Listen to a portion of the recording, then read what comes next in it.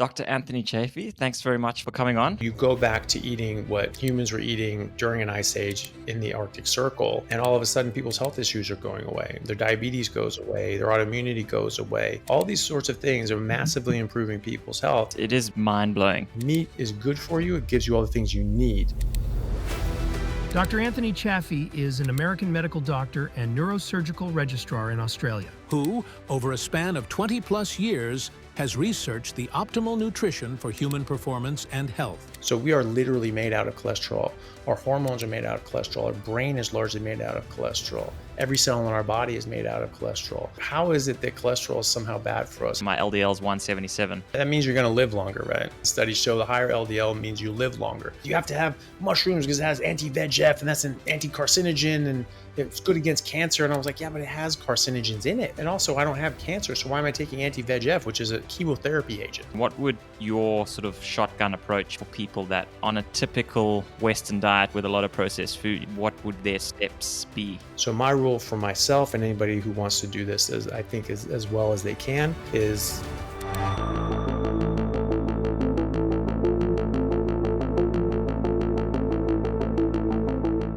Guys, this is a brand new podcast, and the goal is to interview the most iconic figures in sport and health from around the world. But I need to ask you guys a big favor to please like and subscribe, because it would make a huge difference to the size of this podcast, and ultimately, the bigger the podcast gets, the bigger the guests. Enjoy this episode. Dr. Anthony Chaffee, thanks very much for coming on. Really appreciate it. I wanted to start off, with saying that when we're young, we hear from pretty much everyone, our parents, everyone tells us we've got to eat our vegetables to grow up strong and healthy. But you famously say that plants are trying to kill us. Why is that? It's being slightly facetious. I mean, it's really a quote that I took from my own professor of cancer biology when I was doing my undergraduate degree, and he was trying to relay upon us that plants are living organisms, and they like to stay living organisms, and so they have a series of defenses that are chemical in nature. So all living things have a defense, otherwise they would have gone extinct by now, and if there weren't as robust a defense as they needed. So while animals can run away and fight back, plants can't, and so they have chemical deterrence as their main weapon. So we have cataloged, counted, and named nearly 1 million defense chemicals that plants make. They can be directly toxic. They can be disruptive to our physiology. They can disrupt our hormones. They can cause other sorts of impairments.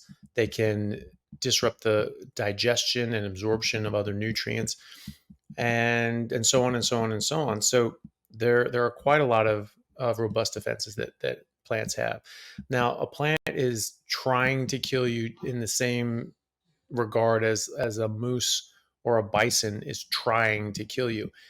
It's not that it's hunting you and it wants you dead. It's just that you get too close to a bison or a moose and it feels threatened, it will take you out because it's kill or be killed in the wild for plants as well as animals. And so if you threaten that plant, it is more than happy for you to die if it gets to live. And people say, well, they don't necessarily have a conscious choice in this matter.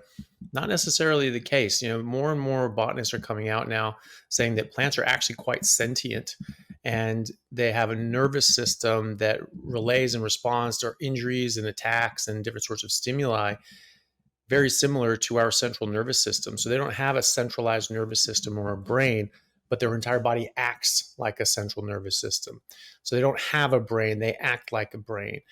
They have receptors on the surface of their bodies that are the same protein photoreceptors that we have in the back of our retina that recognize different frequencies of light.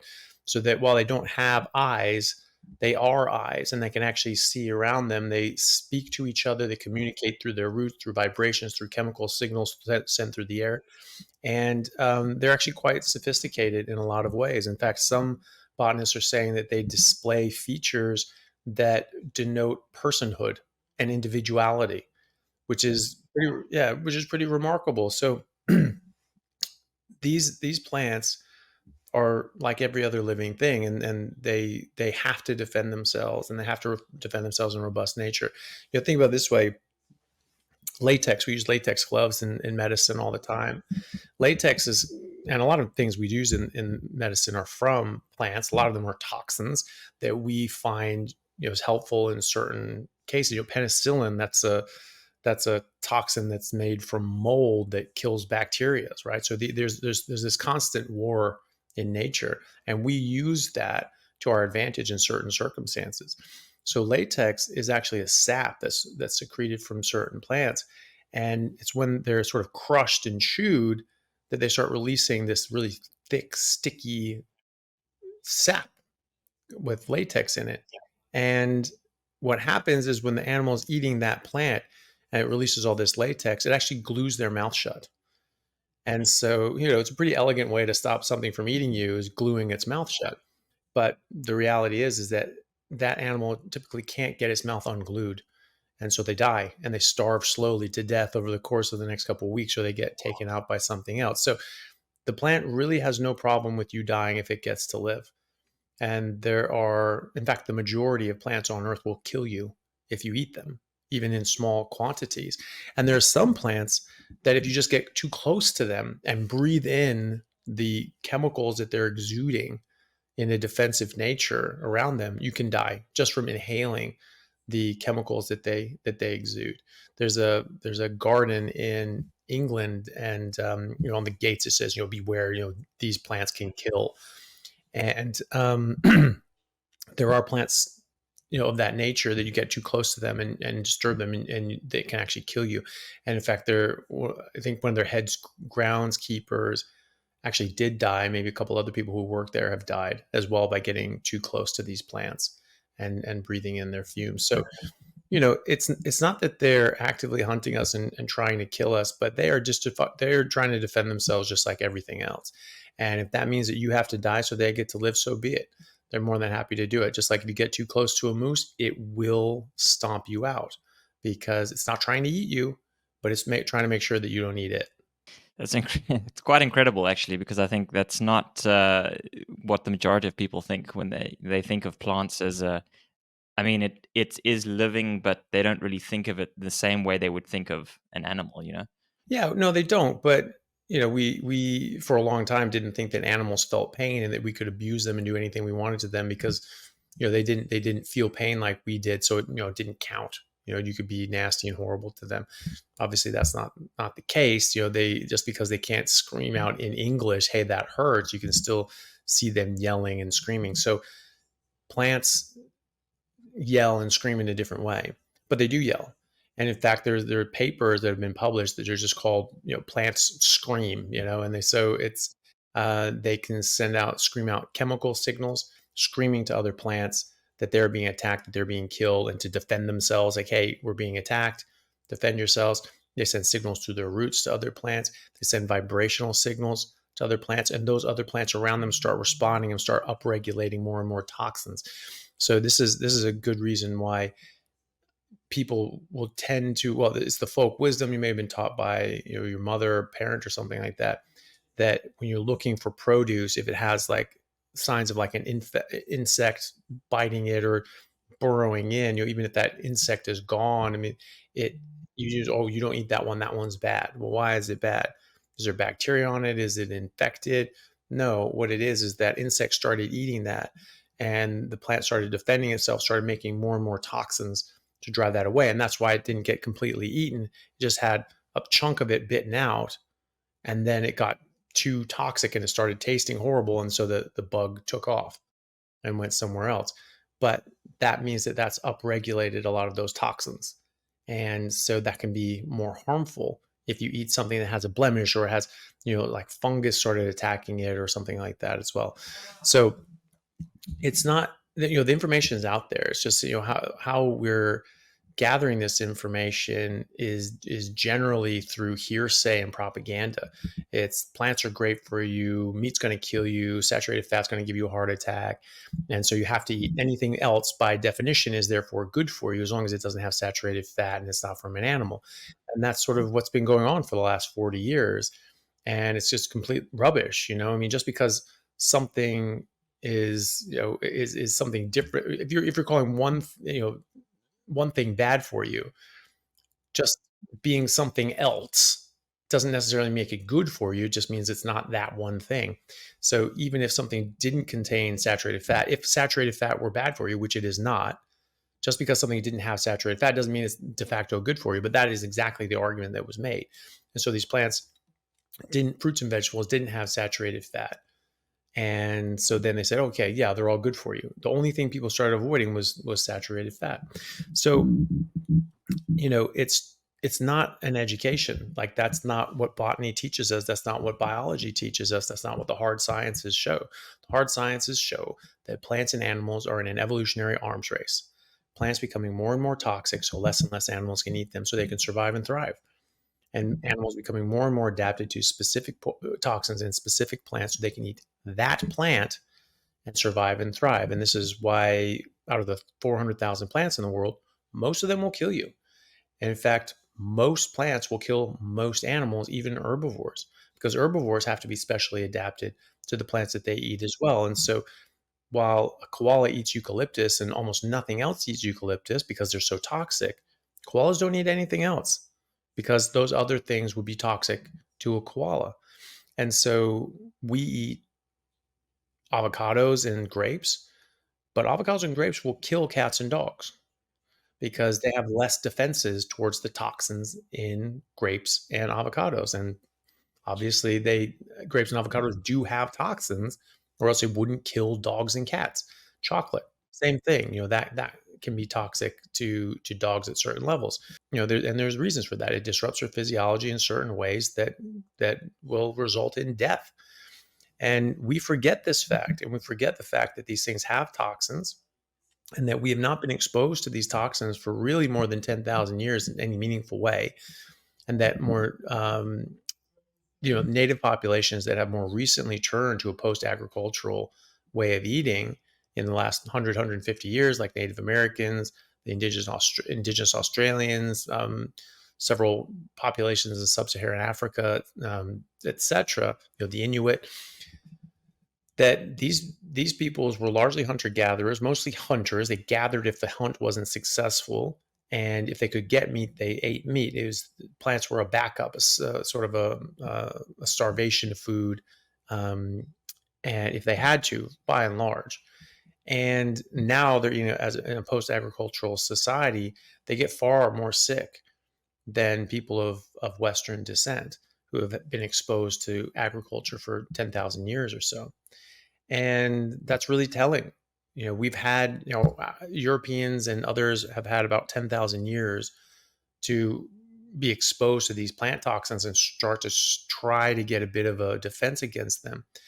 But these other native populations that came more recently to a post-agricultural way of eating, a Western society, a Western diet, which in anthropology, they talk about specifically when you come from a pre-agricultural society, it's hunter-gatherer population, basically you're dealing with injuries and infectious disease, and they live just as long, if not longer, than the rest of us. It's just that infant mortality rate's high, so the average life expectancy is lower.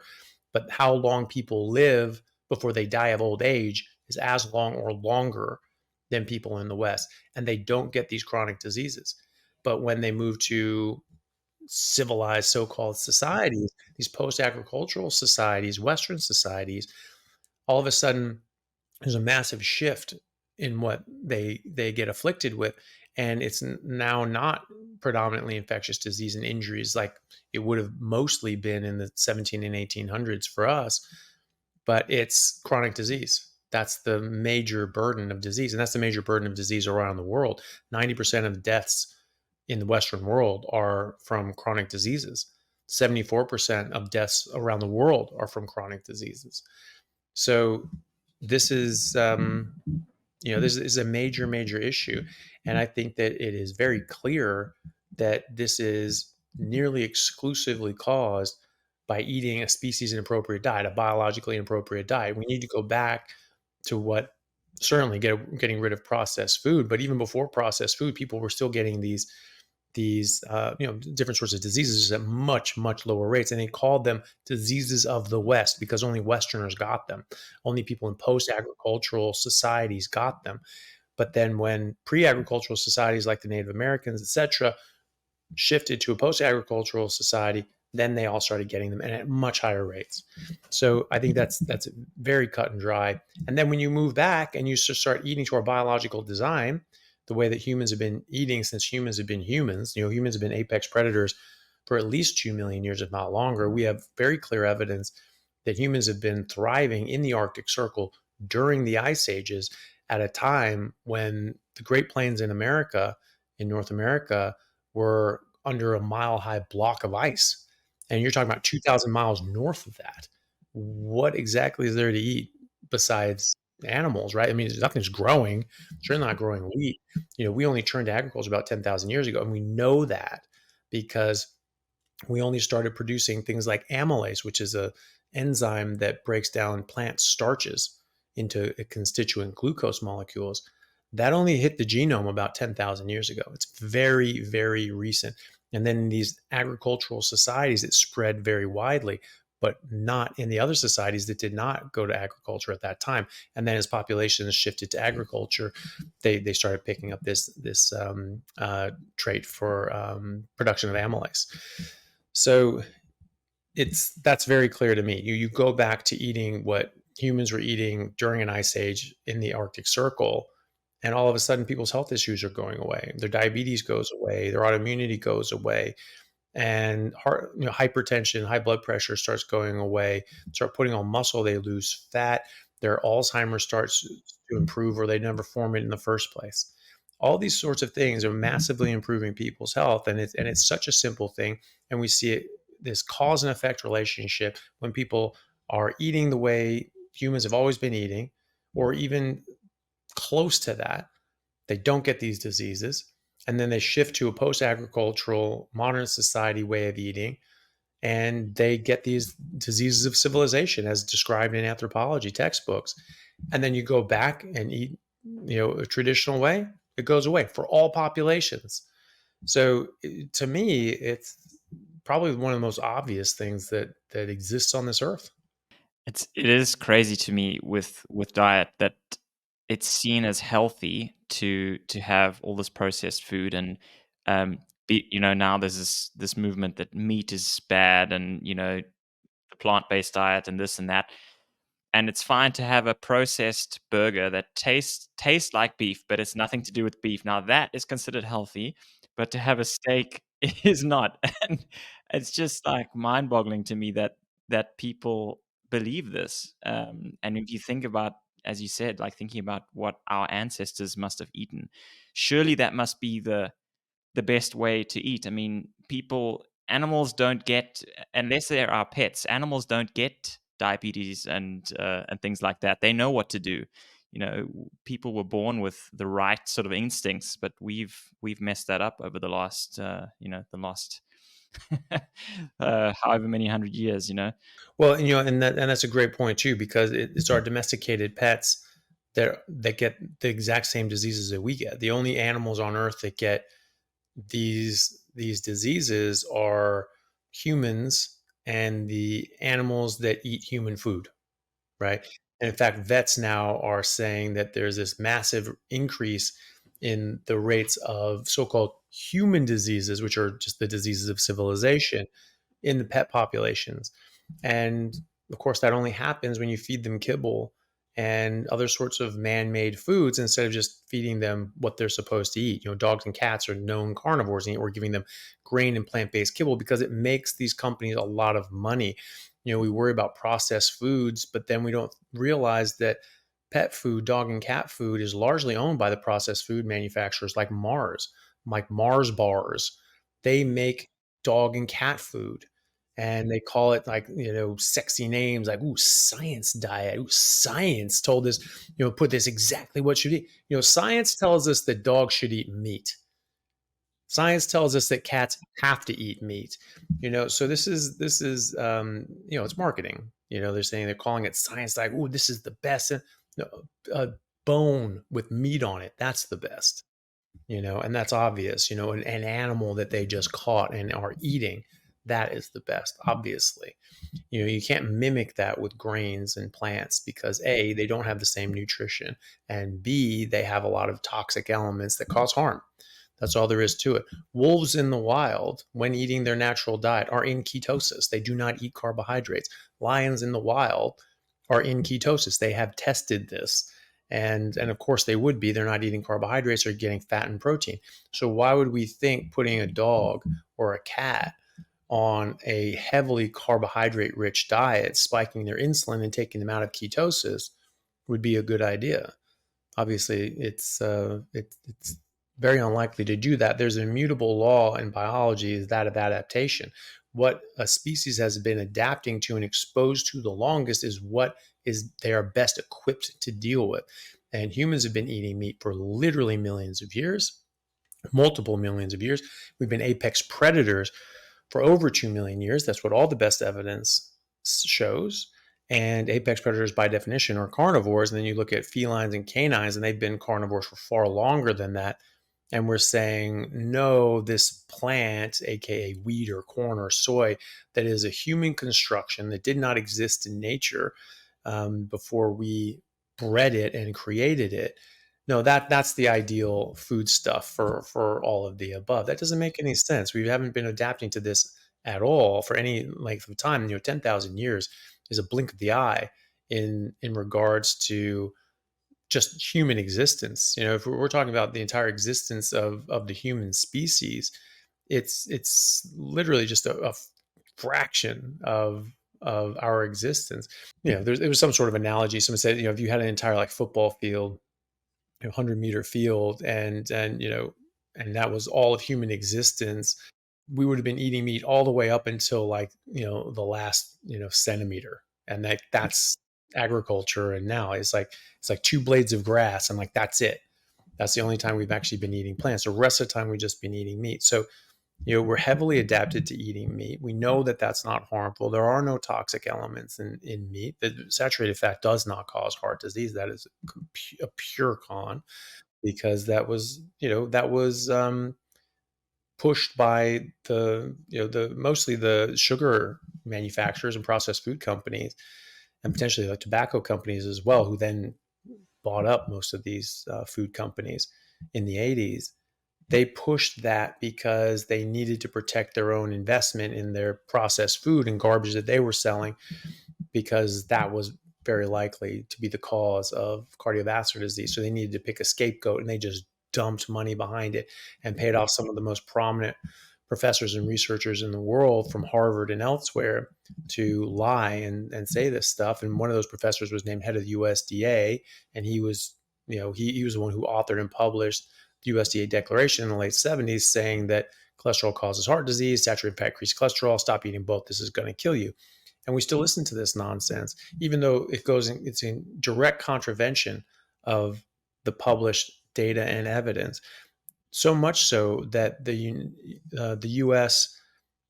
dietary guidelines and recommendations in 2015 were actually changed, and they removed the recommendation to limit the amount of dietary saturated fat and cholesterol. Because as they said, there's absolutely no evidence that dietary cholesterol or saturated fat has any effect on your serum blood levels of cholesterol, and has absolutely no impact on the development of cardiovascular disease. So they said this is a non-issue anymore, and we shouldn't be worrying about it. They removed this as a substance of concern in the diet, and yet people are still a decade later screaming this from the rooftops. Oh, limit your saturated fat to less than 10%. Well, if you want to go more than that, because recommendations are just it's just expert opinion. That's the lowest tier on the evidence hierarchy. Okay, well, let's go to the very top. The tippy top of that pyramid is an umbrella review. So you have high quality randomized control trials, because you can have poor quality randomized control trials, but high quality randomized control trials, and that can tell you something. And then you make a meta-analysis of those high quality randomized control trials, and that gives you even stronger evidence. But then when you amass enough meta-analyses of high-quality randomized controlled trials. You can actually do a meta-analysis of those meta-analyses, and that's called an umbrella review. So what the Journal of the American College of Cardiology published in 2020, a meta-analysis of meta-analyses of all the randomized controlled trials looking at the connection between dietary saturated fat and cardiovascular disease. And they found absolutely no relationship whatsoever between the intake of saturated fat and cardiovascular disease. But in fact, they found an inverse relationship between saturated fat intake and strokes. So people that ate more saturated fat actually had less strokes, and people who ate less saturated fat actually had more strokes. And yet we are still trying to tell people that saturated fat, you have to avoid it. This is so bad for you. This is absolutely against the available evidence at the highest level of evidence. This is not opinion. This is not conjecture. This is fact. And when you look back at the original vilification of saturated fat and cholesterol, you actually see that it was a complete con and a fraud. And we have hard evidence of that as well, published in the Journal of the American Medical Association in 2016, when they published actual internal memos from the sugar companies detailing how they paid off professors from Harvard and elsewhere to falsify data and publish fraudulent studies, and how one of those professors became head of the USDA. So that's where I got that. I got that from one of the top medical journals in the world. This is published literature. This is not conjecture. This is not an accusation. This is a matter of historical record. They made it up. They lied, and it has been substantially disproven since then, and it needs to go away and die. I want to dig definitely dig much deeper into that. But before we do, just to come back to you for a second, maybe you could tell the audience a little bit more about who you are, and what led you onto this sort of journey of health and nutrition, because your main focus for you was the brain, and so what sort of led you into this direction? Yeah, I'm a medical doctor, and I have a private practice here in Australia, although I'm from America. I've been specializing in neurosurgery as a registrar here, and but also I have a private practice in metabolic health, preventative medicine, and just health optimization. Using lifestyle and dietary and lifestyle interventions to try to get people as healthy as possible, and we are just seeing massive improvements in people's health. So much so that I can't not do this. It's not. I don't think it would be ethical for me to stop, because I just see it helping so many people in so many profound ways. What got me into this? Well, initially, like I said, I had a professor of cancer biology who told us how toxic plants were and how they were very carcinogenic, and said to us that he didn't eat salads or vegetables and wouldn't let his kids eat vegetables because, in his words, plants are trying to kill you. So the what was left hanging there was that, well, why the hell would you eat these things? Like, they're toxic, they're trying to kill you. What's wrong with you? And so I stopped at that point, and I just went to the grocery store. I'm like, well, what in God's name do I eat? And I just was walking around. I was like, everything's has plants in it. I mean, that was my only standard. It was just like, can't have plants. That was the only thing I cared about. And so it was just everything. I was walking through, everything had plants in it. And I just walked by some eggs and meat, and I was like, okay, eggs and meat it is. And that's what I ate for 5 years. I never felt better. I felt absolutely amazing. I was worried about, vitamin deficiencies. I remember thinking, I was like, oh, do I need to take a multivitamin or eat a banana or something? And I was just like, well, I mean, I feel good. My gums aren't bleeding. So, I'm just going to ride this out. That was an actual conversation I had in my head verbatim. I was like, what do I do? I was like, all right, let's ride this out, see what happens. And I felt amazing. I just felt better and better as I went. There wasn't any issues. And, you sort of slip off these things because, you just get inundated with, but you need this, you need that, and this research, blah, blah, blah. And I was like, yeah, I don't know, because it has these toxins and carcinogens, like, but you have to have mushrooms because it has anti-VEGF, and that's an anti-carcinogen, and it's good against cancer. And I was like, yeah, but it has carcinogens in it. Why are you taking, and also I don't have cancer. So why am I taking anti-VEGF, which it was a chemotherapy agent. So why would I be taking chemo if I don't have cancer? That doesn't make sense, because you wouldn't just take any other chemo drugs, because they would hurt you. That would cause a lot of harm. and they have carcinogens. I was like, that doesn't really make sense. But I was just like, I don't know. And you just go along with these things because you just have, it's coming from so many directions. You're like, oh, okay, I guess. And I never felt as good as I did during those 5 years. And I never knew why. I didn't chalk it up to that. I didn't see that at the time. It wasn't for several years later, actually 12 years later, that I came back to this and realized that no, humans just really are carnivores as a species. We've been apex predators for millions of years. I learned that in second grade. And that's what I was doing. I was living as a carnivore. I was living to our biological design. That's when I've never felt better in my entire life during that period.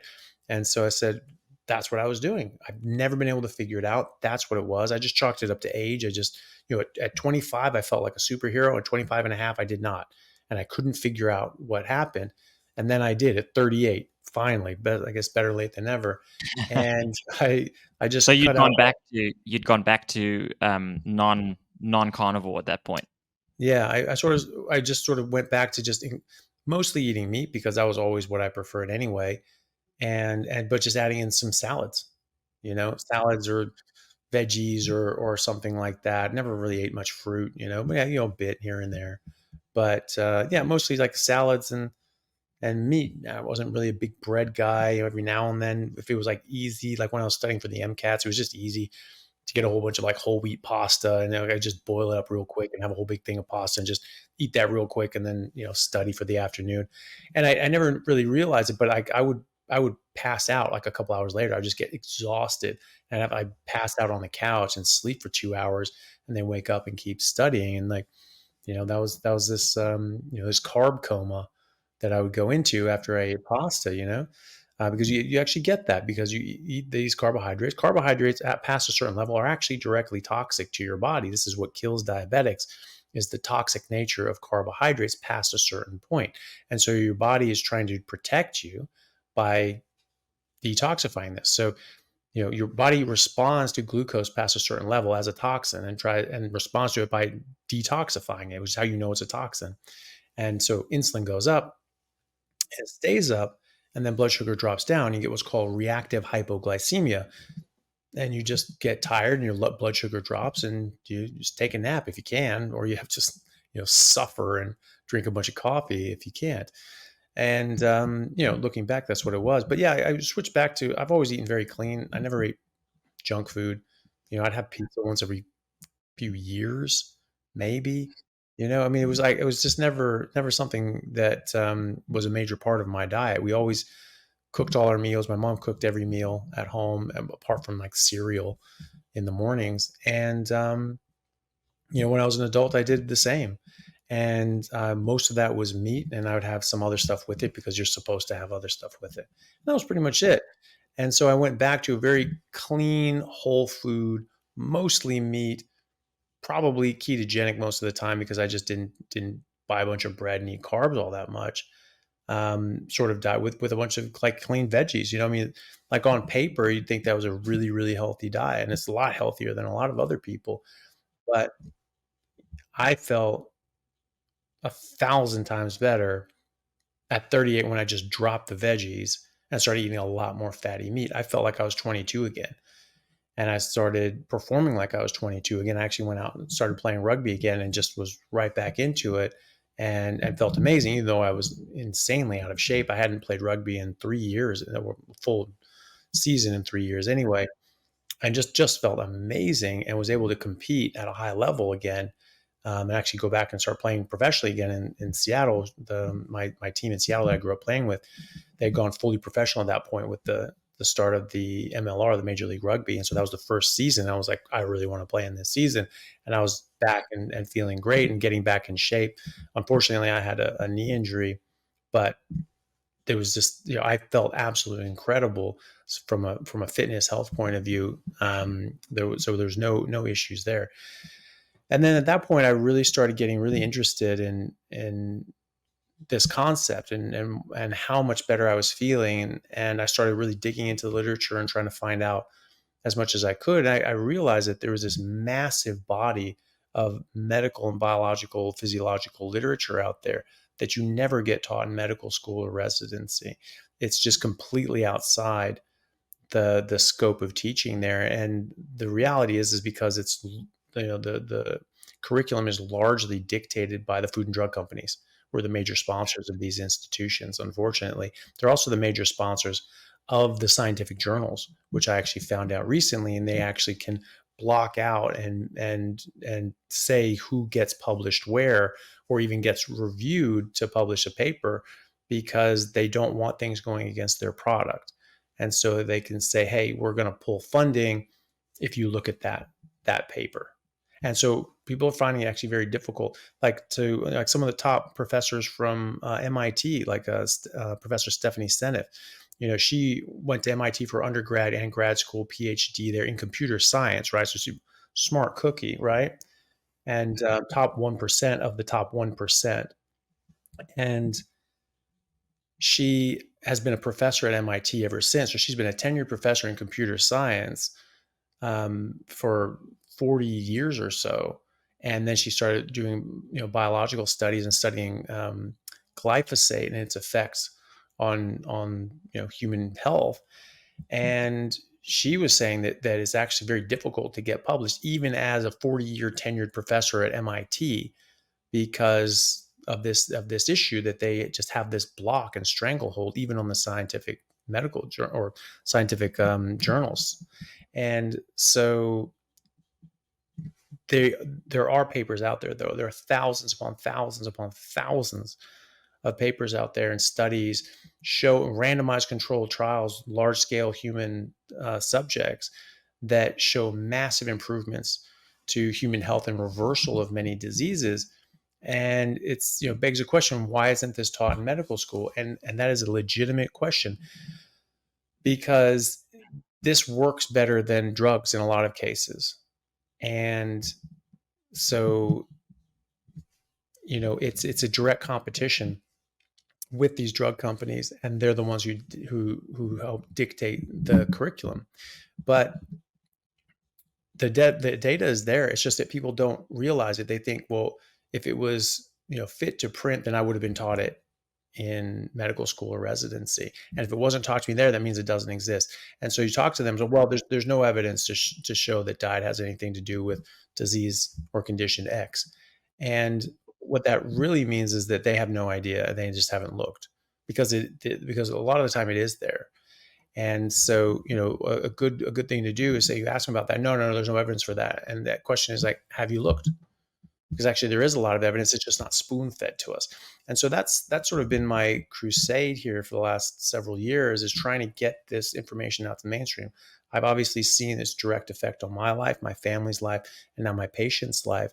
And I'm seeing the evidence. I'm seeing this absolute iceberg of information that is just out of sight for people. And they just, they don't even know to look for it. You don't know what you don't know. And they say they don't even look for it. I started asking questions. I said, well, if this is the case, we should see evidence for this. And I just started searching for studies, anything that could compare, these two different contrasting situations, and trying to find evidence with which to test these theories against. And I found endless supplies of studies of high quality and merit that just don't get taught you in medical school, because they don't have a product behind it. So there's no marketing team behind it to push this out there.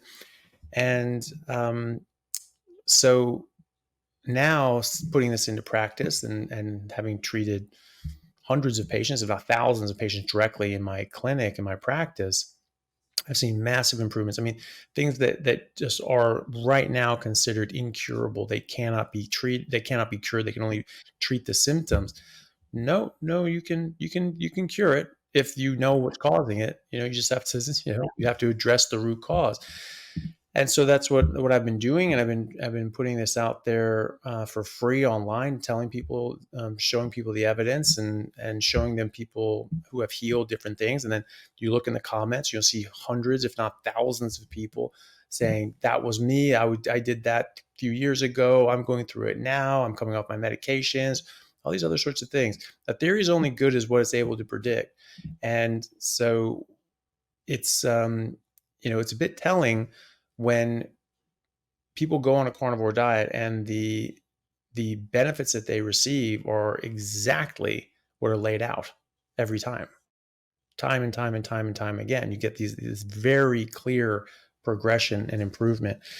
And so it's just very important to me to get this out to people, so they can take their health into their own hands, and they don't have to be beholden to the medical establishment, and they don't have to be beholden to taking all these medications and supplements and this and that's and whatever. They can just eat food and be healthy. The natural state of all life on earth is that of health.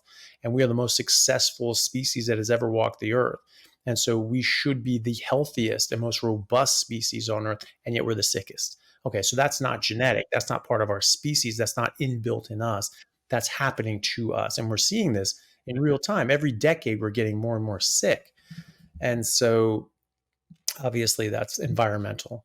That's not anything we're innately built with. So that's very important to me, to let people understand how to take back control of their own health, and only need the medical establishment when there's an actual emergency, like an injury or infectious disease that they can't clear on their own. And to educate doctors as well and get them on this board, because it's so important for the medical establishment to really understand this as well, and know, hey, look, there's actually better evidence here for other treatments, and they work better for patients and get better outcomes, and they don't cost a fortune. And so that's obviously better for your patient.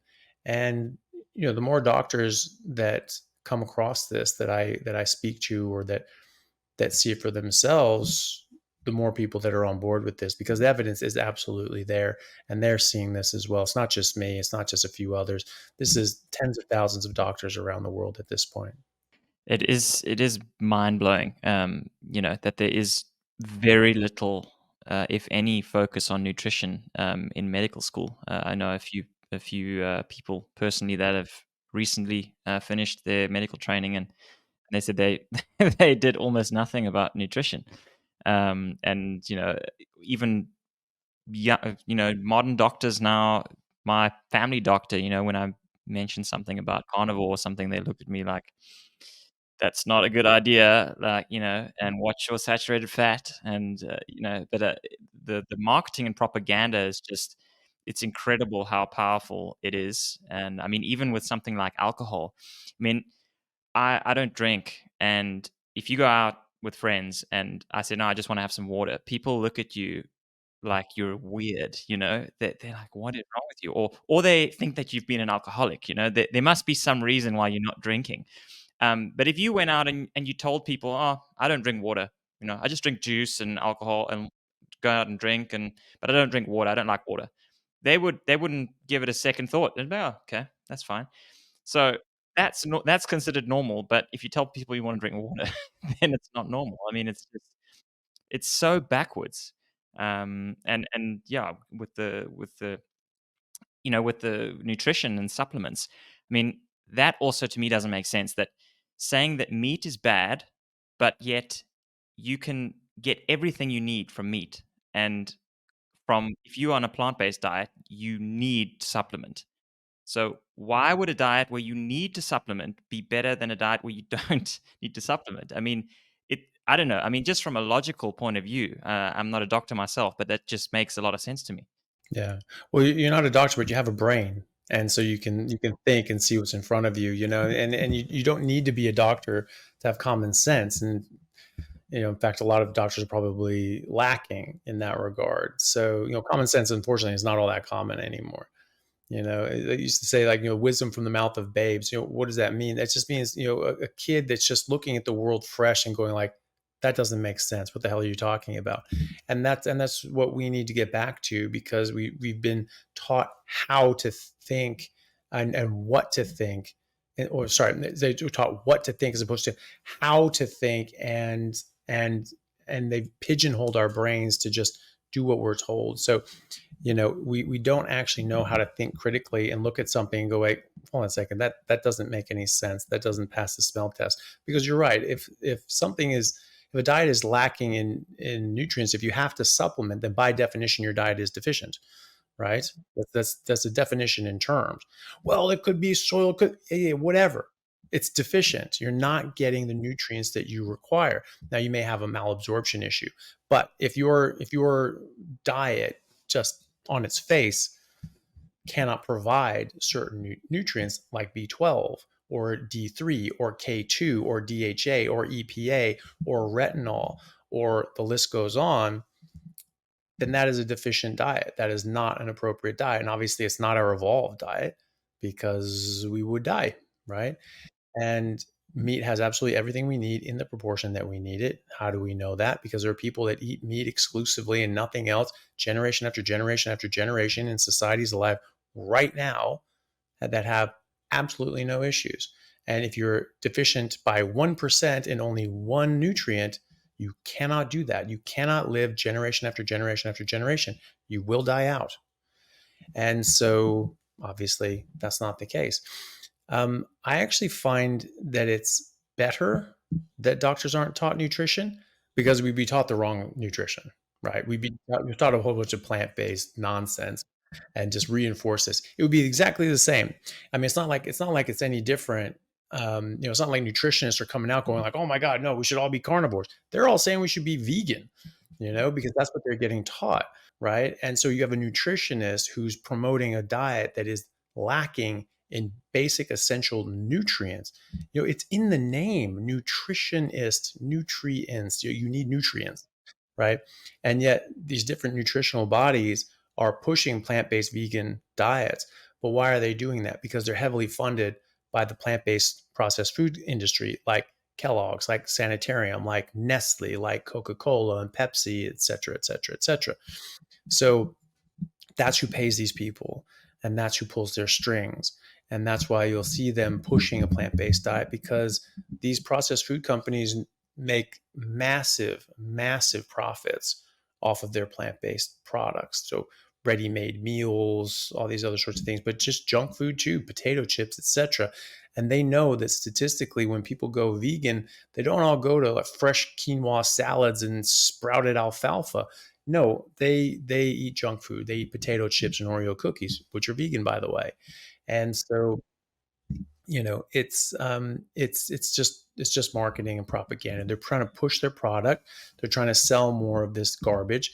It is a drug. They use multiple drugs that are known to be addictive. That are known drugs, like sugar. Sugar is a known drug. It's a known addictive drug, addictive substance. They put in caffeine, a known drug, an addictive substance, and it's to compel you to continue to eat their product. They have food scientists who are very clever people. When Philip Morris and the other tobacco companies started tanking in the 80s, because the bag came out that they've been lying for decades about how dangerous tobacco was.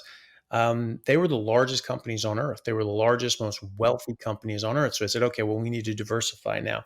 That's what they did, is they went into the processed food industry and they bought up Kraft and a bunch of other big companies. They became the largest processed food manufacturer on earth.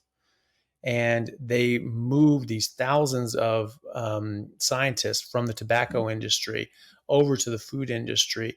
And they were in the tobacco industry trying to make it more and more addictive and compulsive, and so that people just smoked and smoked and smoked and smoked and smoked, so that they sold more product, because that's all they cared about. They cared about selling that $3.50 pack of cigarettes, and they wanted you just to buy more and more and more of those things. And now it's like $20 a pack because of the taxes. But they don't care that people are suffering and dying as a result of it. In fact, they knew that was happening, which is why I don't think they should have gotten a civil slap on the wrist. I mean, it's $400 billion, but who cares? They made trillions over the years, and they killed hundreds of millions of people prematurely and caused disease in probably a few billion who were smokers at the time. And they knew it. They knew this was causing disease. They knew this was causing harm, emphysema and cancer, etc., peripheral vascular disease and heart disease. They knew it. Their own documents, their own memos that were leaked out to Congress, the U.S. Congress, that they said that specifically. They knew all this was happening, which is why they got that $400 billion fine. And why didn't they face criminal charges? They knowingly killed people. They knowingly caused massive burdens of disease and illness on a global scale. I mean, this is mass genocide at this point. These are crimes against humanity. we should have had another Nuremberg trial and actually strung these guys up and executed them with a firing squad. Like seriously, these guys should have faced harsh criminal penalties because of this, or at least a trial. It should have at least been manifested criminal charges because of this. And now we're getting the same thing. So these guys took all their scientists and making tobacco more and more addictive and breeding up more and more nicotine in the tobacco and all these other sorts of things and all these different processes to make it faster and more efficient and more profitable and ended up being more harmful. So they took all those guys, those very clever people, put these guys into food sciences, and to then do that, to try to make food as addictive as possible and try to put these different substances that trigger something called the bliss point that makes your brain just go, ooh, eat this, more of that now, please. And you eat that because your brain thinks you're getting something really good for you, goes into your stomach. You actually have receptors in your stomach that track the macro and micronutrients that are in your stomach. And that sends a signal up to the brain via the vagus nerve. And your brain actually sees how many nutrients you have there. So you get this, ooh, that tastes really good, that's good for you taste, but then it goes in your stomach and your stomach goes, there's nothing here. Like your body tracks nutrients. It does not track calories. And so it's not seeing any nutrients, and it's getting these bliss point hits and have these chemicals that actually disrupt our normal satiety signals. So we overeat and we keep eating, and we use more of their product and buy more of their product, and they sell more. And that's better for their bottom line. And that's all there is to it. They just want to sell more. They want to sell more potato chips. They have these, they don't even hide it in their advertising. It's like Pringles, bet you can't eat just one. He's like, I bet you think that because you've designed it like that, And so, it's, those are the people funding the nutrition courses and the nutritional colleges. And, there was they've come after a number of doctors, such as Dr. Gary Fetke here in Australia. He's an orthopedic surgeon. He was putting people on ketogenic diets to reverse their diabetes, and it was reversing their diabetes. And now it's in the national guidelines in Australia to treat diabetes. It's considered best practice to put diabetics on a ketogenic diet. He was doing this well ahead of his time, and he was reversing diabetes and making it so these people didn't need amputations anymore, because he was an orthopedic surgeon and he had to do these foot and leg amputations. And he said it was just horrible. It was a terrible, just hearing a human foot fall into a trash can after you've cut it off. It's just a terrible sound that you just can't get out of your head. And he's like, okay, don't want to do that anymore. And so he's getting these people to change their diet, and it was actually completely turning them around and saving these people's life and their health. And they came after him. In fact, a medical group here in Australia actually sued for the minutes of a certain cereal company and got the minutes. And they actually saw in there that they said, this damn ketogenic diet movement is killing our cereal sales. We need to shut it up. We need to, sort of, show that it's, try to disqualify it, all those sort of things. And so they named specific doctors around the world who were pushing this and said, we need to discredit these people. We need to get their licenses taken away and say that these are just a phony and a fraud and a quack so that we can go on with this, right? And they named Gary Fetke by name. And it's not like he had a massive, social media presence. He had 4,000 people that followed him on Instagram. It was, I don't know how he got on their radar, but they tapped the Australian Dietetics Associations, who they're the major funders of. And the head of the Australian Dietetics Association, the head of the Australian Dietetics Association then called the head of Gary Fetke's hospital and said, you need to shut this guy up and shut him down. And so they started trying to work against him to get his medical license pulled, right? And so that's who these people are. So thank God that those guys don't have a say in what gets taught in medical school, because it would just be reinforcing that same whole garbage, and it would just be even more entrenched in people's minds as they come out of medical school. So, at least there's not that. Yeah, and you tell someone that and they'll call you a conspiracy theorist. Oh, it's all in the literature. This is all published data, Yeah. I mean, Yeah, it's just I mean, there. Yeah. but people just are so blind, Yeah. to it, and just, propaganda is a powerful thing. Well, I mean, all you have to do is look at the main donors for the Australian Dietetics Association and the American Dietetics Association, on your different European groups and every country. Who funds these people? It's the same. It's the usual suspects. It's Nestle. It's Coke. It's Pepsi. It's Pfizer. It's Moderna. It's all these other places. It's all the food and drug companies and Bayer, Monsanto, all these sorts of things. They are the ones who are the major funders of these things. They're the major funders for medical conferences. When you go to a mainstream medical conference, you will see who the donors are. It is the big food and drug companies, all the processed garbage food companies, and all of the major pharmaceutical companies. That's who funds these places. And of course, because their money talks, they have a say in who gets to present papers and literature and publications at those conferences. And it's not really going to deviate too far from the mainstream. Yeah, my theory, I mean, my own conspiracy theory is that it obviously benefits the medical industry when more people are sick, and so why would why would the medical industry want to cure disease? You want to keep people alive, but just kind of keep them ticking along so that the money keeps coming in. And so it would make perfect sense for me that the food industry and the medical industry work together to kind of create this cycle of money coming in, sick people, but so they're living for a slightly shorter lifespan, but it's just a endless stream of revenue. And if they could cure disease just by diet, that would be not a very savvy move from a financial standpoint. Yeah, the thing is too is that these food and drug companies they're quite incestuous because they actually are very heavily invested in each other, right? And so that sort of makes you a bit suspicious that they're sort of profiting off of each other's industries. The food companies making people sick, and then the drug companies treating that sickness. But as far as curing disease, no, you are completely right in that regard. In fact, that's come out. There's sort of these things that were leaked from Goldman Sachs, an investment company. There was a meeting that people took a picture of the slide, and it went viral. Said, is curing someone of a disease a viable business model? And the answer, of course, was no, because the money is in the comeback. Like any good drug dealer, you have to keep people coming back for your product. If you gave someone a bag of heroin that kept them high the rest of their life, or not needing heroin, like you're out of business. So you need them to come back and come back and come back. And so the angle is not to cure disease. The angle is to treat the disease and make it more tolerable so that you can live with it, but never cure it. Chris Rock said this in a stand-up routine he did in the 1990s. He said, they're never going to cure AIDS.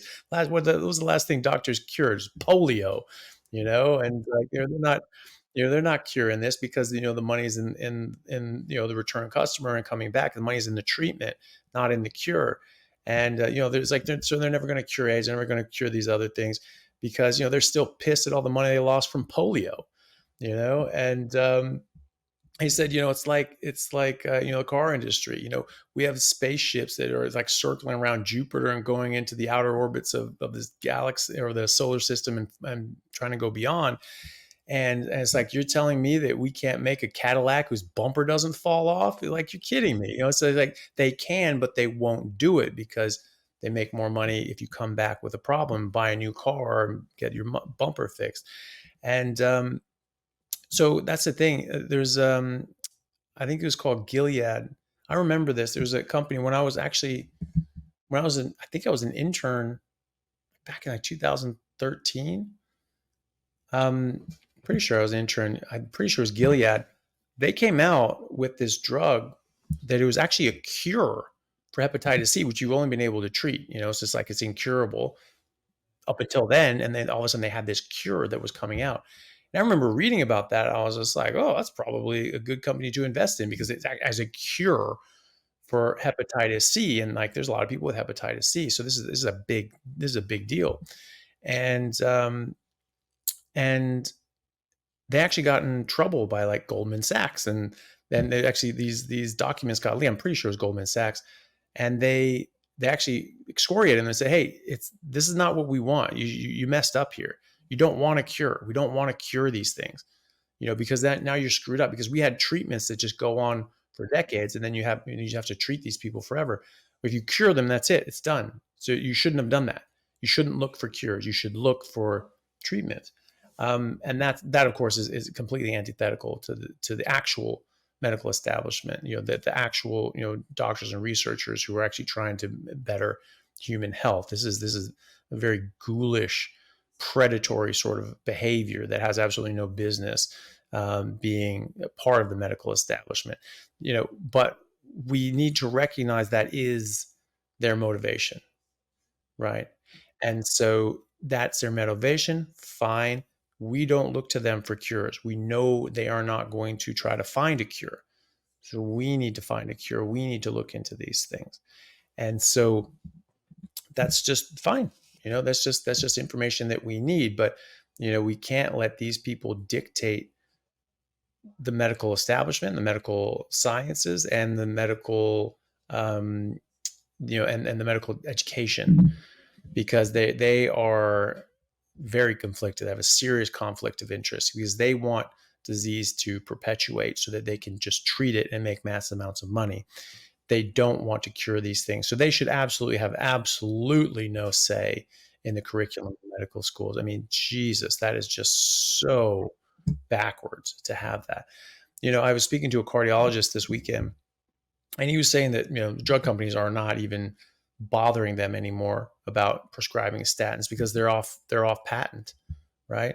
So they're not making huge dollars out of these things anymore. They still make a lot of money, but it's nothing close to what they have. But they have these other drugs on patent. So now they have these drugs that attack your body's ability to make cholesterol even more.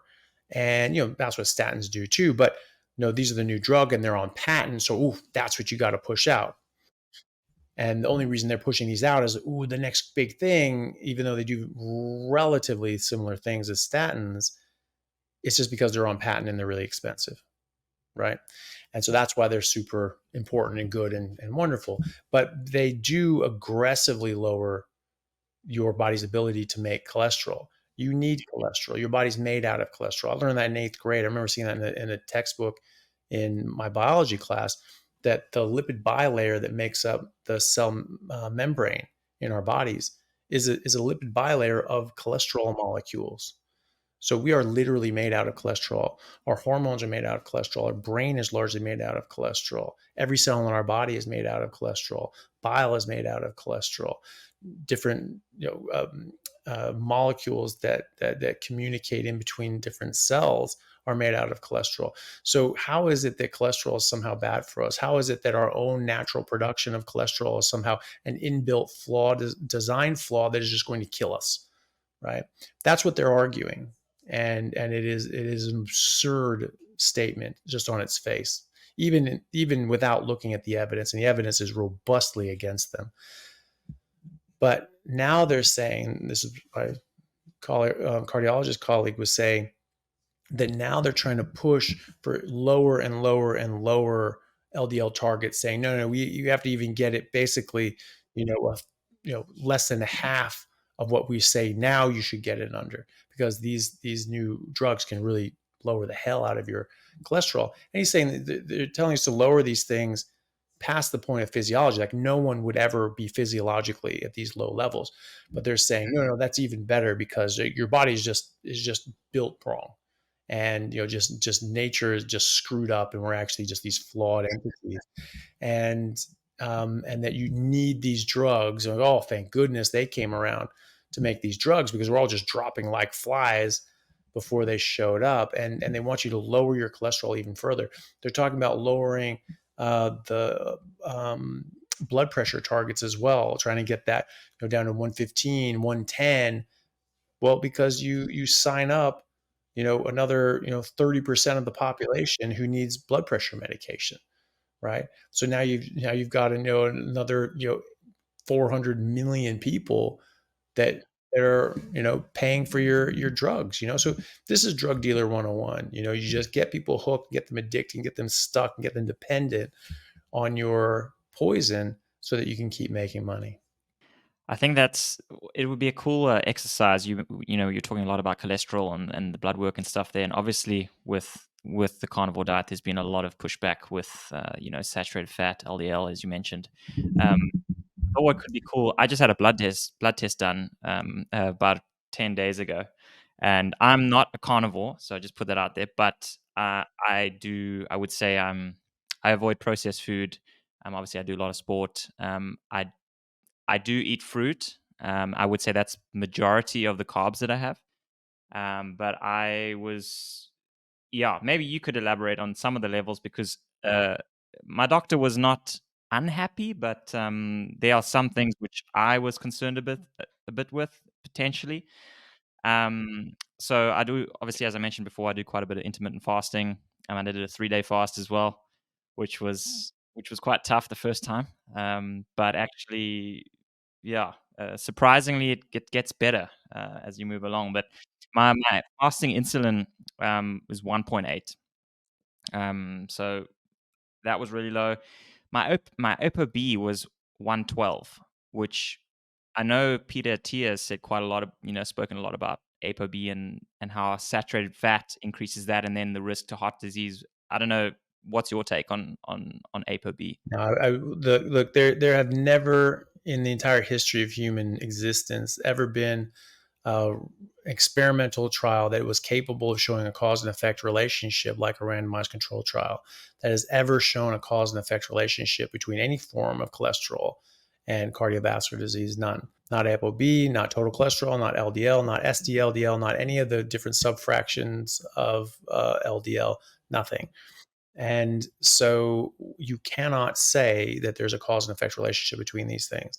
ApoB changes for all sorts of different reasons. ApoB 100 is a signaling molecule on LDL that the liver recognizes so it can draw it back into the liver. So if you get it damaged through glycation, which is elevated blood sugar, because again, elevated blood sugar is toxic to the human body, which is what kills diabetics, and this damages LDL cholesterol and this knocks off that ApoB 100. So now you have free ApoB floating around. Okay, so free ApoB floating around, is that bad? Yeah, of course it is. Is that because ApoB causes atherosclerosis and heart disease? Not necessarily. There's a glycation damaging process that's going on. You're glycating and damaging these LDL molecules, and you're knocking off ApoB, right? But the blood test that we have actually cannot distinguish between the ApoB that's been knocked off and damaged and free floating and the ApoB that's stuck onto a healthy, large, buoyant, fluffy LDL molecule that's perfectly normal and fine. So as your LDL goes up, your ApoB is going to go up. And it has nothing to do with saturated fat. Saturated fat, again, has nothing to do with serum levels of cholesterol or ApoB. That's actually well established. And even accepted. Again, U.S. dietary recommendations. They cite data showing that they're like, look, there's no reason to limit saturated fat because it has absolutely no bearing on serum cholesterol and absolutely no bearing on cardiovascular disease, except in a protective role, as we saw from JACC, the Journal of the American College of Cardiology. So ApoB is a very poor test because you don't know what you're looking at. It's also really just smoke. It's not the fire, right? Because if you do have free floating ApoB, it's because it's been knocked off through glycation. It's glycation that's the problem. There's a guy named Dr. Kraft who developed the Kraft test, which is a oral glucose tolerance test with insulin, looking at multiple times. So at time 0, 2 hours, you can check it at 5 hours as well, and you see how your body responds not only to that insult of glucose, but also how does your insulin respond, and do you have an appropriate insulin response, and does your glucose correspondingly go down when your insulin goes up? Are you insulin sensitive? And you see this. So Kraft, it was back in the 60s. he looked at something close to like 30,000 patients, and he did this for all this massive piece of work, and he found that there were only 5 patterns that emerged of how your body responds to glucose and insulin given this period of time and this test. And that he found that very early on, your body can start responding inappropriately to both glucose and insulin, showing that there's some sort of metabolic dysfunction. So early diabetes, pre-diabetes, whatever you want to call it, full-on diabetes, whatever. There's some sort of glucose and insulin issue and mismatch, and your body's just not able to metabolize these things properly. So if you call that point the point that diabetes is starting, call it pre-diabetes or whatever, but that's a point that it's starting to manifest. You're seeing this on these blood tests and on the Kraft OGTT, that 100% of the people in that group, out of nearly 30,000 people who had cardiovascular disease, had that dysfunction and early diabetes. And none of the people who didn't have that derangement in blood sugar and insulin had atherosclerosis or cardiovascular disease, basically. So it's the damage from the glucose that is damaging your vessels, causing damage, causing that that lining to be damaged, and causing that to form clots and damage and build up atherosclerosis and plaques and scarring, because that's trying to heal. It's healing damage. If there wasn't damage in the first place, there wouldn't need to be any healing, and you wouldn't need to build up any plaques. Other things can damage the lining. Nicotine directly damages the artery linings, which is why smoking in any nicotine product is a risk for developing atherosclerosis and peripheral vascular disease. Homocysteine is also known to damage the artery lining, and that is an amino acid that is metabolized by B12. If you don't have enough B12, then you won't metabolize homocysteine properly. You get high levels of homocysteine, and you start damaging your arteries. So there's all these different sorts of things. So the thing with cholesterol, again, there's never been a high level experimental study that has ever shown a cause and effect relationship between any form of cholesterol and cardiovascular disease. And yet there have been at least 5 large-scale randomized controlled trials in humans with thousands of human subjects that have shown the opposite, that replacing animal fats with vegetable oils and polyunsaturated so-called heart-healthy fats and lowering cholesterol either had no benefit whatsoever to cardiovascular disease or caused more deaths from heart attacks and strokes, right? So what the hell are we doing here? Why aren't we teaching those in medical school? If there was robust data to show that cholesterol causes heart disease, why don't we use it? Why are we using observational studies like the Framingham study that said, oh, well, there's observation over time that people had higher levels of cholesterol, had higher levels of cardiovascular disease? Well, that's what was taught to me in medical school. That's what's taught to most people in medical school. And we just take it at face value. Oh, okay, I guess, yeah, well, everyone knows cholesterol causes heart disease. That doesn't show a cause and effect relationship. That's an association. Associations cannot, by definition and terms, show a cause and effect relationship. It cannot. That's definitional. And so, and the other side of it is that the actual Framingham study was actually misrepresented. The original data showed the opposite, showed actually lowering cholesterol actually increased death from cardiovascular disease.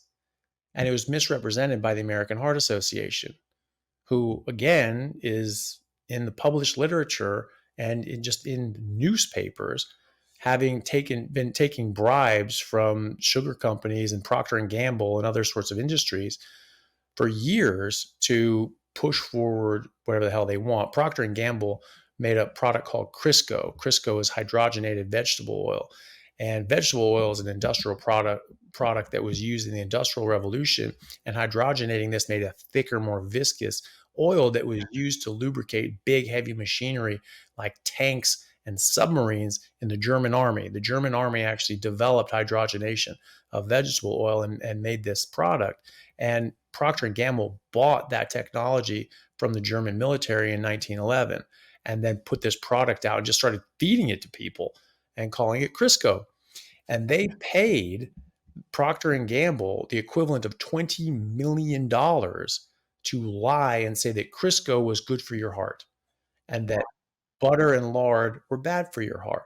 This is the origins of the good fats and bad fats and heart healthy plant oils and bad for your heart, animal fats. It's a lie. It's a complete lie. It's published. It's well documented. And yet we're still calling this heart healthy fat. No, of course it's not. It kills people. I mean, that's what the randomized control trials say. And people say, well, these things are flawed because of this. Name one randomized control trial in humans showing that replacing animal fat with so-called heart healthy vegetable oil and lowering LDL and total cholesterol and ApoB, by the way, that would have gone down too in those studies, shows a cause and effect relationship between cholesterol and heart disease. There are none. None exist on this earth. If there were, they'd be talking about it. There are none. Has anybody ever said any to you? No, because there are none.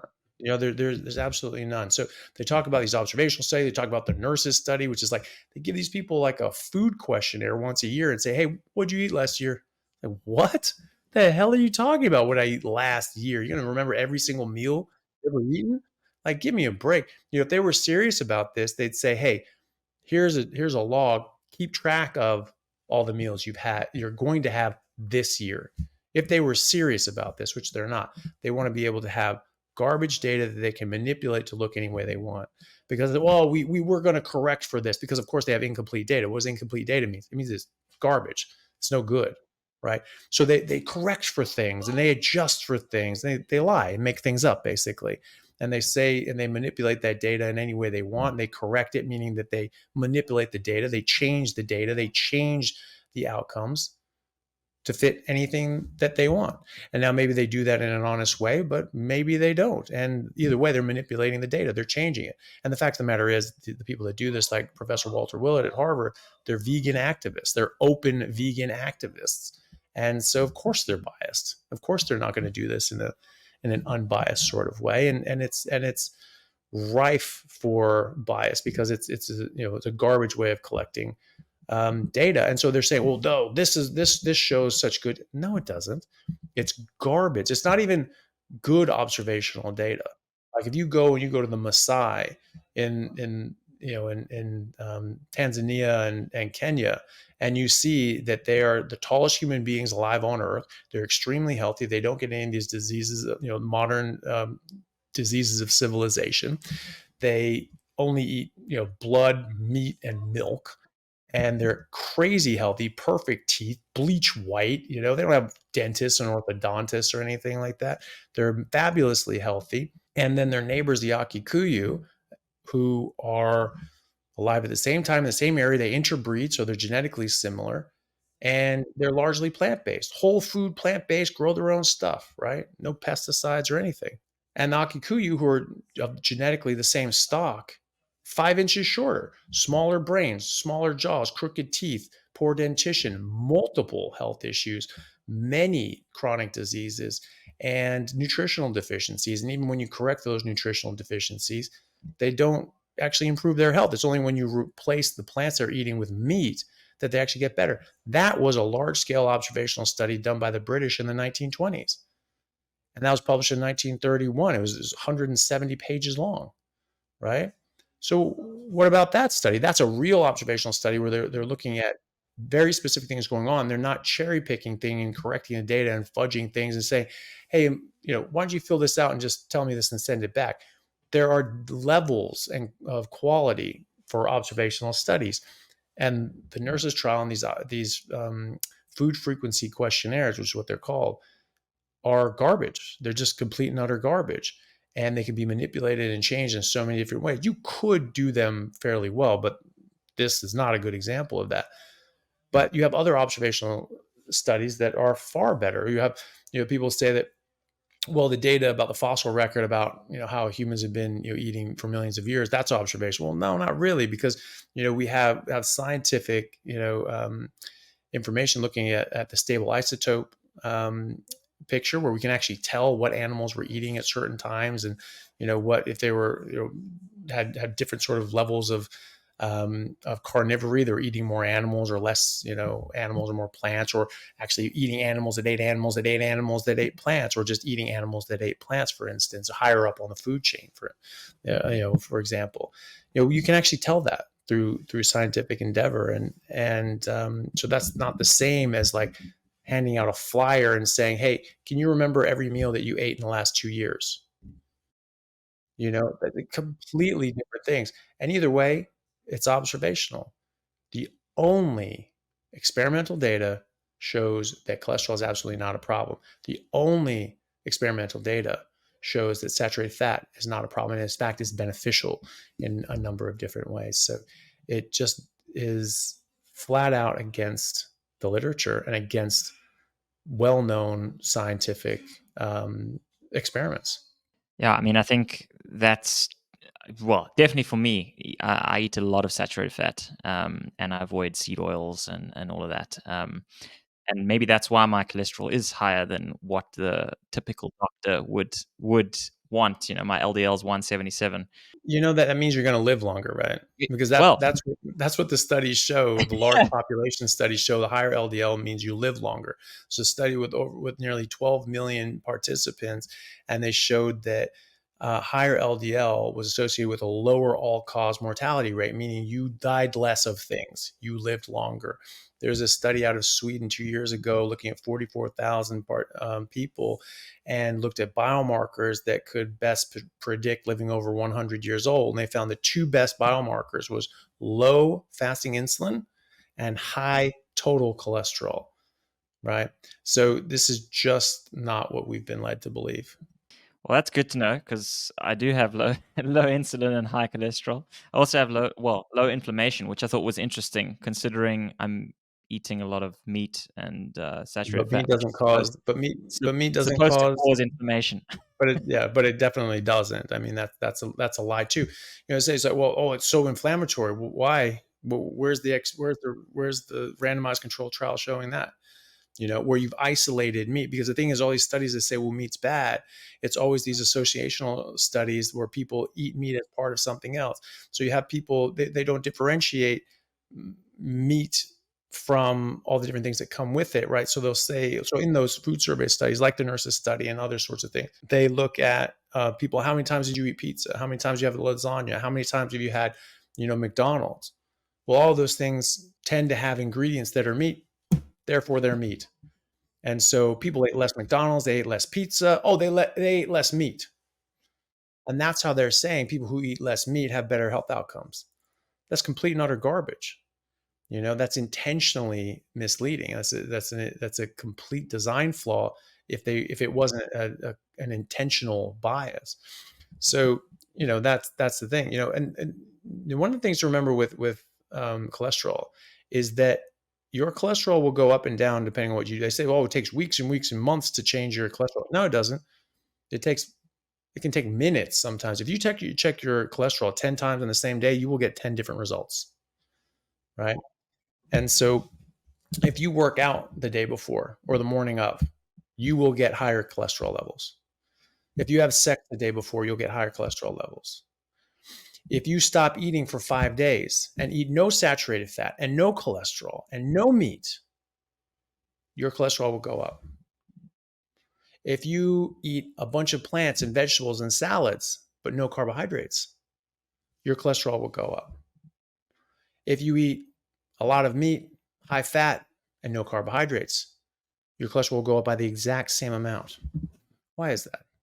Because it's a metabolic state change. It has nothing to do with the fat that you're eating. It has to do with the carbohydrates you're eating. Because you eat carbohydrates, it raises insulin, and insulin is a very busy molecule. It disrupts hundreds of different processes in your body when it gets elevated.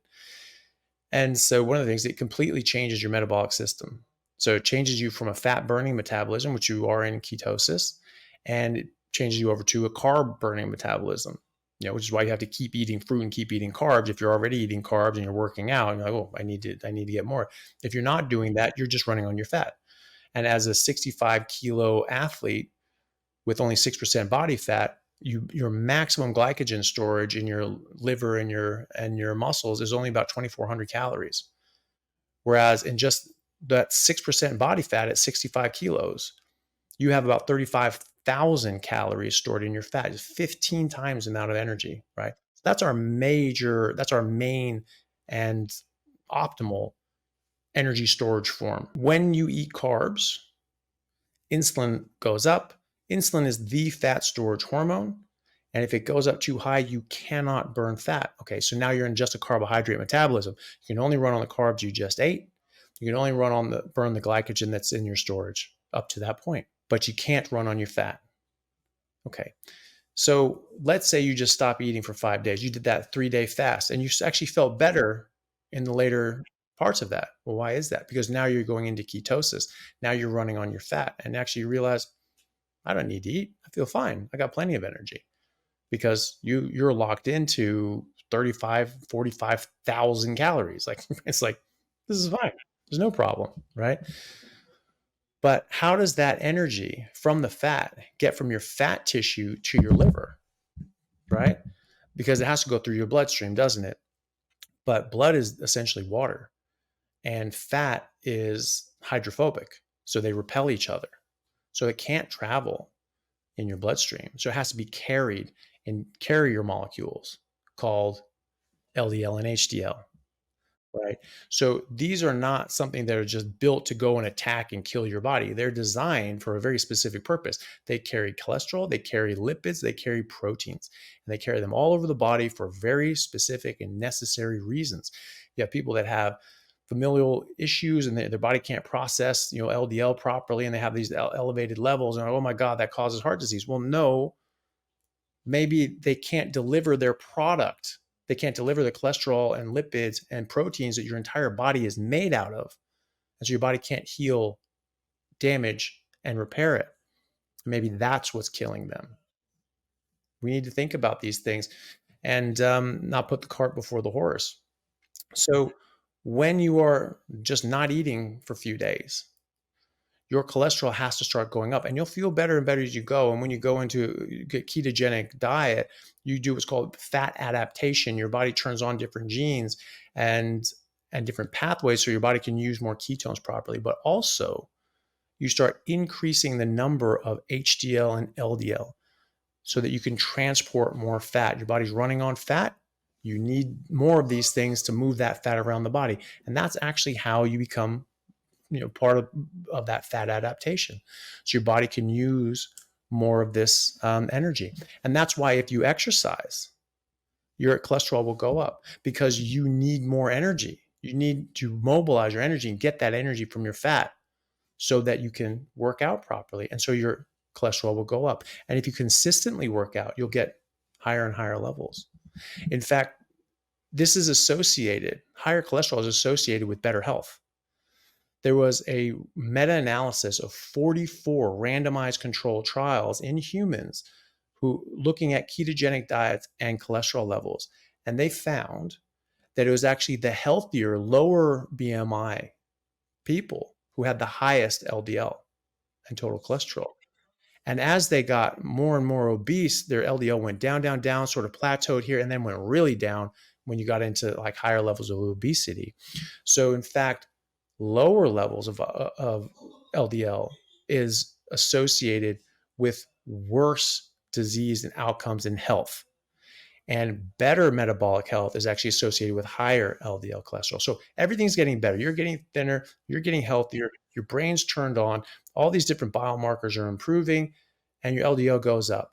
Why are we saying that that's bad? Everything's saying the trend is getting better. So I would say, and again, the evidence supports this, that higher LDL is actually an improvement. Things are getting better, right? And especially when you're in a ketogenic state, because you need LDL to transport fat around your body.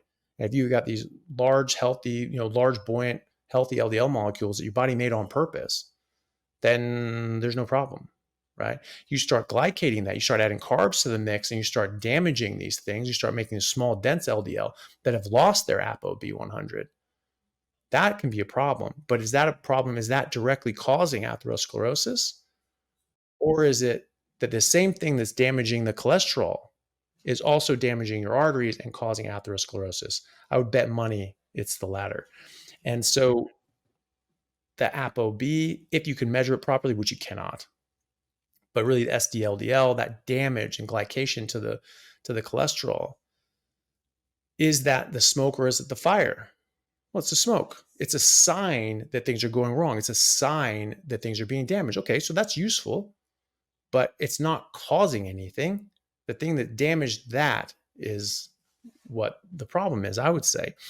But either way, even if it is causing anything, don't eat carbs. Problem solved. I mean, you don't have the damage in the first place. Either way, it's not something inherent in the cholesterol. Cholesterol does not cause these problems. And if you have zero SD-LDL at all and only large buoyant LDL, and you fast for 5 days, your large buoyant LDL will go up and your ApoB will go up correspondingly. And so why are we saying that that's bad for your heart, right? We have ample studies showing that periodic fasting, which Peter Attia is a fan of, raises LDL cholesterol, but it also protects against cardiovascular disease and other forms of chronic illness. Regular fasting does this, right? We know that. Okay. But regular fasting also raises LDL cholesterol and ApoB. So which one is it, right? So it's a metabolic state change. Now, if you go and eat carbs, just come right down. You want to freak your doctor out. Just eat Oreo cookies for the next 2 weeks. Check your blood again. They'll be way lower. They'll be way lower. And, and you can eat the same amount of fatty meat. It won't matter. And then go vegetarian and, but ketogenic and just eat salads and things like that. And just low fat vegan, but ketogenic, it'll spike right back up. You'll see. Because it's about your metabolism and it's about carbohydrates and insulin. It is not about fat and meat or dietary cholesterol by any stretch of the imagination. Maybe what I found interesting as well was, when I incorporated a lot more meat in my diet. I've been an athlete for over a decade, and I always struggled with my with building muscle and with my testosterone levels. And I was sitting around 250, my testosterone, which was pretty low. And obviously I was doing a lot of training and I was thinking I was doing the right things. And honestly, only in the last couple of years since I increased quite dramatically, like overall protein and meat intake, I feel the best I ever have. And my testosterone is now 700, and a lot of people, people like my partner and stuff, they're like, what have you been doing? Like, because I haven't really changed anything training wise. Like I'm doing the same things. Just, I find it so much easier to build muscle now than I did before. And I think a lot of, from a performance point of view, a lot of athletes could, benefit from something like this. But at the same time, you have the other argument, which a lot of people are pushing, for sports, that you need carbs to perform at a high level. I mean, from a performance point of view, what's your feelings for the carnivore diet, and also not just aerobic exercise, but also anaerobic, sprint work and stuff? Is there any benefit to having some carbs for that, or can you do everything just on meat? Well, you can definitely do everything you need on meat. I mean, again, historically, people, used to hunt mammoths and fight saber-toothed cats, and they found footprints sort of fossilized in like a clay back then of Australian, the indigenous Australian, from, I don't know, 30, 40,000 years ago. And so they're running on wet clay, right? And they tracked their stride lengths, and they found these guys were running as faster than Usain Bolt, right? Wow. 3 of them, right? In wet clay, barefoot, right? So, these guys were legit. And so, and that's on a ketogenic state. So, we don't have to guess at this. There are quite a lot of top athletes in both endurance sports and explosive sports that are turning to this and having massive benefits. And there are high level studies in top athletes already showing benefits. It depends on how you structure your study, though, because like I said, there is a period of fat adaptation where your body starts utilizing ketones and fat oxidation better. And so it does take a bit of time. So there is a sort of a transition period for me. I actually just felt sort of better and better. I didn't feel really a lag, but after 2 weeks, oh my goodness, it just took off. And a lot of people find that maybe they have a bit of a lag for the first couple of weeks. And then after that, sort of 2-3 weeks on, they really start feeling amazing. So in the third and fourth week, after 2 weeks, they feel a lot better and start really taking off. Obviously, when you triple your testosterone level, that is going to help you as an athlete of any description, right? And so, like I mentioned as well, now you have access to 15 times the amount of energy for someone who is only 6% body fat, who is extremely lean at a high level elite athlete sort of level of fitness. But we're talking about performance, right? So there are studies out there. There is Tim Noakes, who's a professor of sports science and sports medicine. He's one of the premier sports scientists in the world. He's been looking at this for quite some time. And he was one of these people that really pushed carbohydrates for decades because that was what was taught, and so that's what he was taught, and so he taught it back. That's what medicine is. You learn something, you don't have any reason to question it, and you regurgitate it back to the next generation. And that's what he did for a long time. And then he actually came out of retirement to basically try to undo his own legacy and just say, hey, guys, I got it wrong, and he could have just retired on top. And his books were still selling. Everything was great. Everyone loved him. And he just said, no, look, I got it wrong. I feel like I've been lying to people for 30 years. Like, we've got to change this. And so, a lot of integrity to come back and start trying to undo his own work. And he got vilified and attacked for it. They tried to take his license too. But so he's done these studies, and he found that after you give people a period of fat adaptation, in this case 6 weeks, that they had absolutely no drop in performance compared to the carbohydrate athletes. This was in sort of recreational sort of athletes. This wasn't like top tier athletes, but they really challenged them. They did series of 800-meter sprints, which is a really challenging run. And they did, race after race after race after race after race, really tried to wear these people out, because we were saying, well, there's just the residual glycogen that they have in their muscles. That's what they're running on. They're not running on fat oxidation. He's like, bullshit. And so he just kept running them on 800-meter runs. And so there's no chance of any glycogen being left in their muscles. And he kept going. So obviously this is fat oxidation. The other guys just kept having to suck down sugar gels and all that sort of stuff to keep their energies up. Keto group did not. But then it was a crossover trial. So they had a 2-week washout period. They ate whatever they want. And then the keto group switched to carbs, and carbs switched to keto. And again, they were given 6 weeks to adapt, and they tested them again. And again, absolutely no drop in performance, right? And he found that really basically after about 3 weeks, everybody was keto adapted, and they could perform at the level that they had before. You can do that in another way, like they did in the Supernova trial, where they took ketogenic athletes and they said, okay, you go, or they took athletes and said, okay, you drop the carbs, go keto. But they only gave them 2 weeks. And then they tested them sort of, very quickly after, a couple of weeks. They also didn't correct for sodium and electrolytes and water and things like that, because when you're first changing over to a ketogenic diet, your insulin levels come down, and insulin normally draws in excess electrolytes at your kidneys. And so now all of a sudden your insulin drops, and it's like sort of pulling the rug out from under your kidneys, and you can spill out too many electrolytes until it sort of balances out. And it does balance out, but it can take a little time, especially early on. And so this is well described in the literature that you can lose too much. You may need to add as much as 5 to 7 grams of salt a day to make up for this loss, because that can also draw water and you can get dehydrated. And so that's obviously going to have a serious disadvantage to any sort of athletic endeavor. And they didn't actually give these people adequate levels of electrolytes, and they didn't correct for that. So they found that in this, they were going through fat oxidation, but their performance has actually dropped. And so, okay, well, who cares what fuel they're burning? You don't if you don't get the performance advantages or whatever. But again, that only gave them 2 weeks. They didn't have any chance to adapt. Okay, so we know that, but you look at that Professor Noakes, it was 6 weeks, absolutely no drop in performance. Okay, well, what if we go further than that? What if we go to Volek's faster trial, where you had ultra endurance athletes going on to a self-selecting into a either carb group or a keto group, and then adapting them for, it's Volek and Finney, adapting for 12 weeks.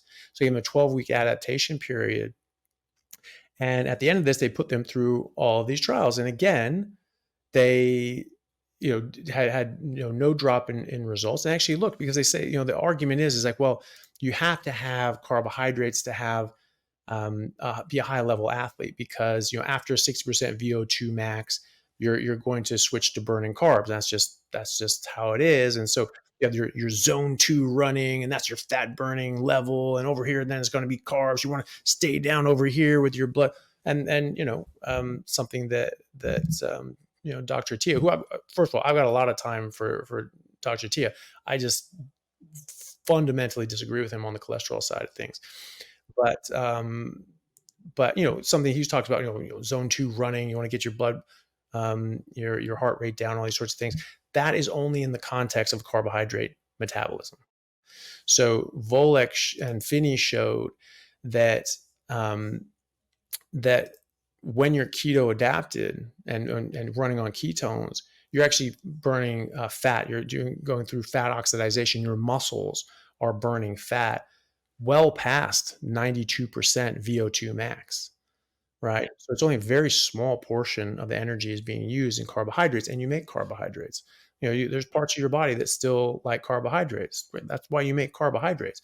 The vast majority of your tissues, including your muscle, your brain, your heart, your intestines, and other organs, primarily run on ketones if they're available. And how do we know this? Because when you have both ketones and glucose available, those tissues will only run on ketones if there is enough. Even when there's glucose here, they just pick the ketone. So that's a preference, right? That's first choice. So that's the primary energy source. It's only when those ketones start declining that you start filling in the gaps with glucose. Like you eat carbohydrates and your insulin goes up and you suppress your body's ability to make ketones. So we know that. So the interesting thing about that Volek trial as well was that they took the Volek trial, that wasn't 12 weeks. That was actually high level athletes like ultra marathon runners and Ironman runners who had already been ketogenic. So apologies for that. And they I mixed up with the McSweeney trial that I'll talk about in a second. They had minimum of like 9 months and maximum of like 36 months, average of 20 months, right? So they'd been ketogenic for a long time, and they tested them on 3 major exercises. First of all, 100-mile run, right? And then a 6-second sprint.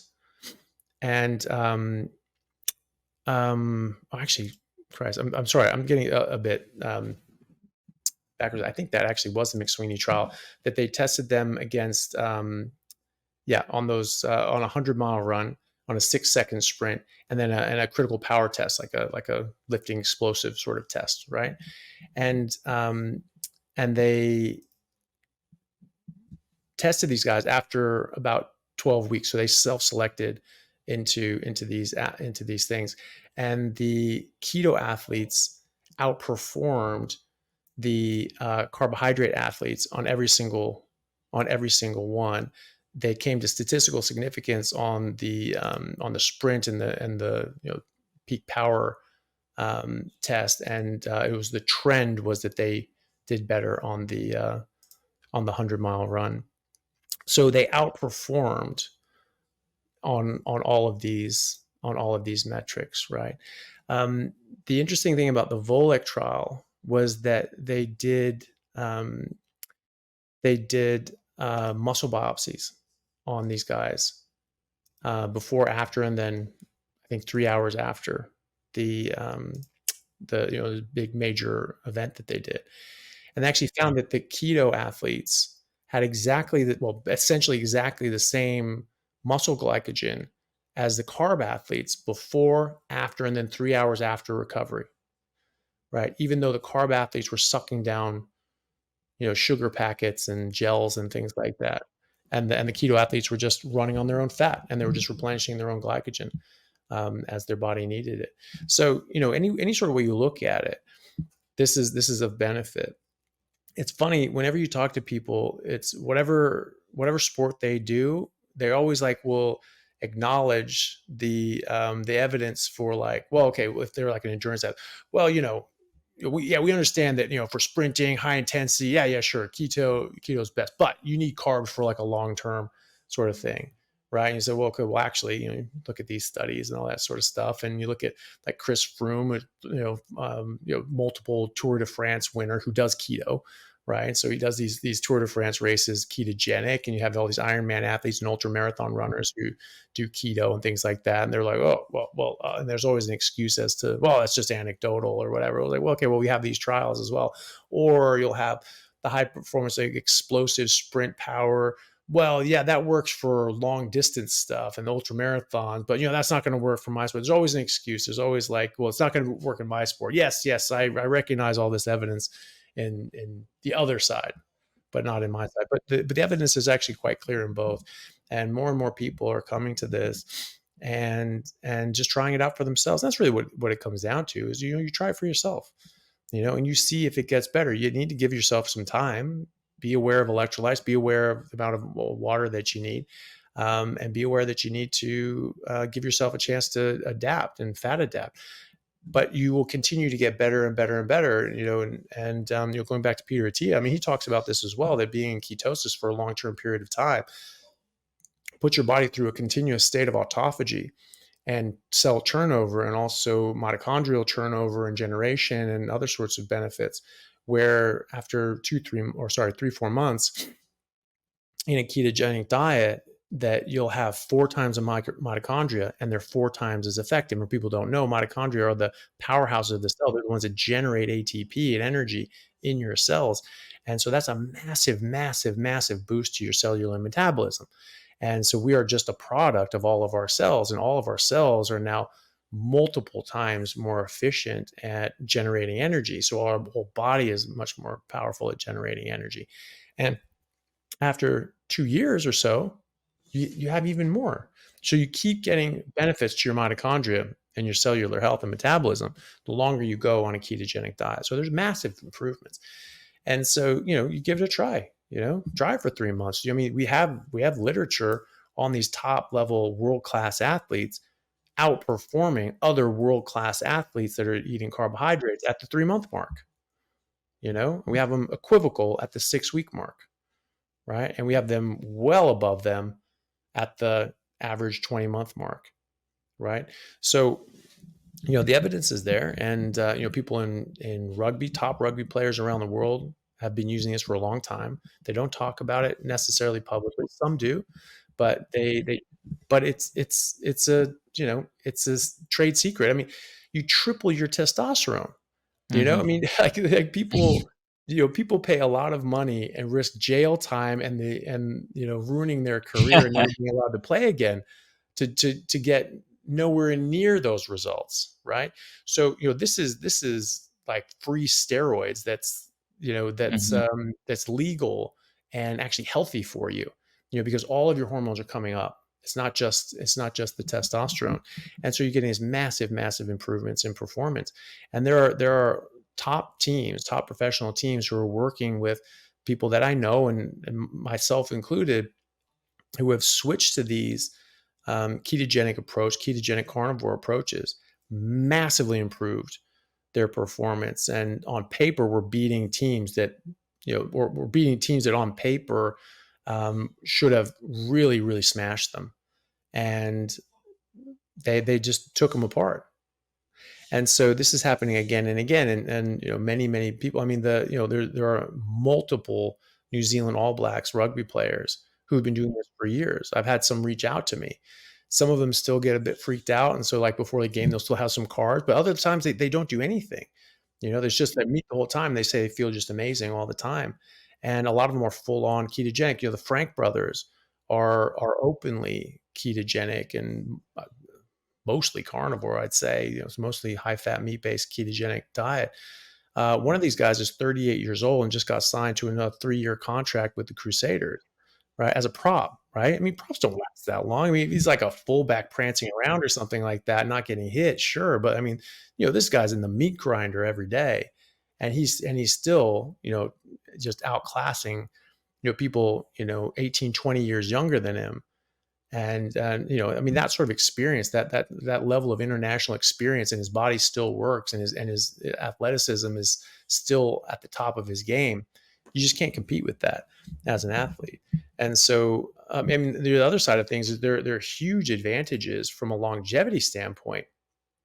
If you think about this, you're going to get all the benefits of going carnivore. You're going to get rid of you're going to lose fat. You're going to be building muscle easier than you ever have in your entire life. You're going to get rid of all these plant toxins, which are, quite harmful, and they build up in your body. You have this, thermogenic effect of food and ketones, where your basal metabolic rate actually increases by 350 calories a day. So you're just burning more energy, and you have more energy available. But you also are going to, you use less oxygen to produce ATP per ATP molecule, right? Your ketones, you use less NAD plus, which is a very important molecule. It gets lower as we age, and people basically directly relate that to our metabolic age. You have the less NAD plus, and the more of this stuff you use, you run out, and you start running out of these different processes of different of NAD plus to use in these different processes, and it slows you down metabolically. To run a glucose molecule and make two molecules of acetyl-CoA to then run through the Krebs cycle and make ATP, you need 4 NAD plus molecules.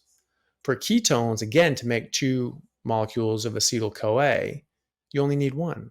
So you need a quarter of the amount of NAD plus. So you're much more metabolically active. You use less oxygen to develop that ATP as well when you're running on ketones versus carbohydrates, glucose as well.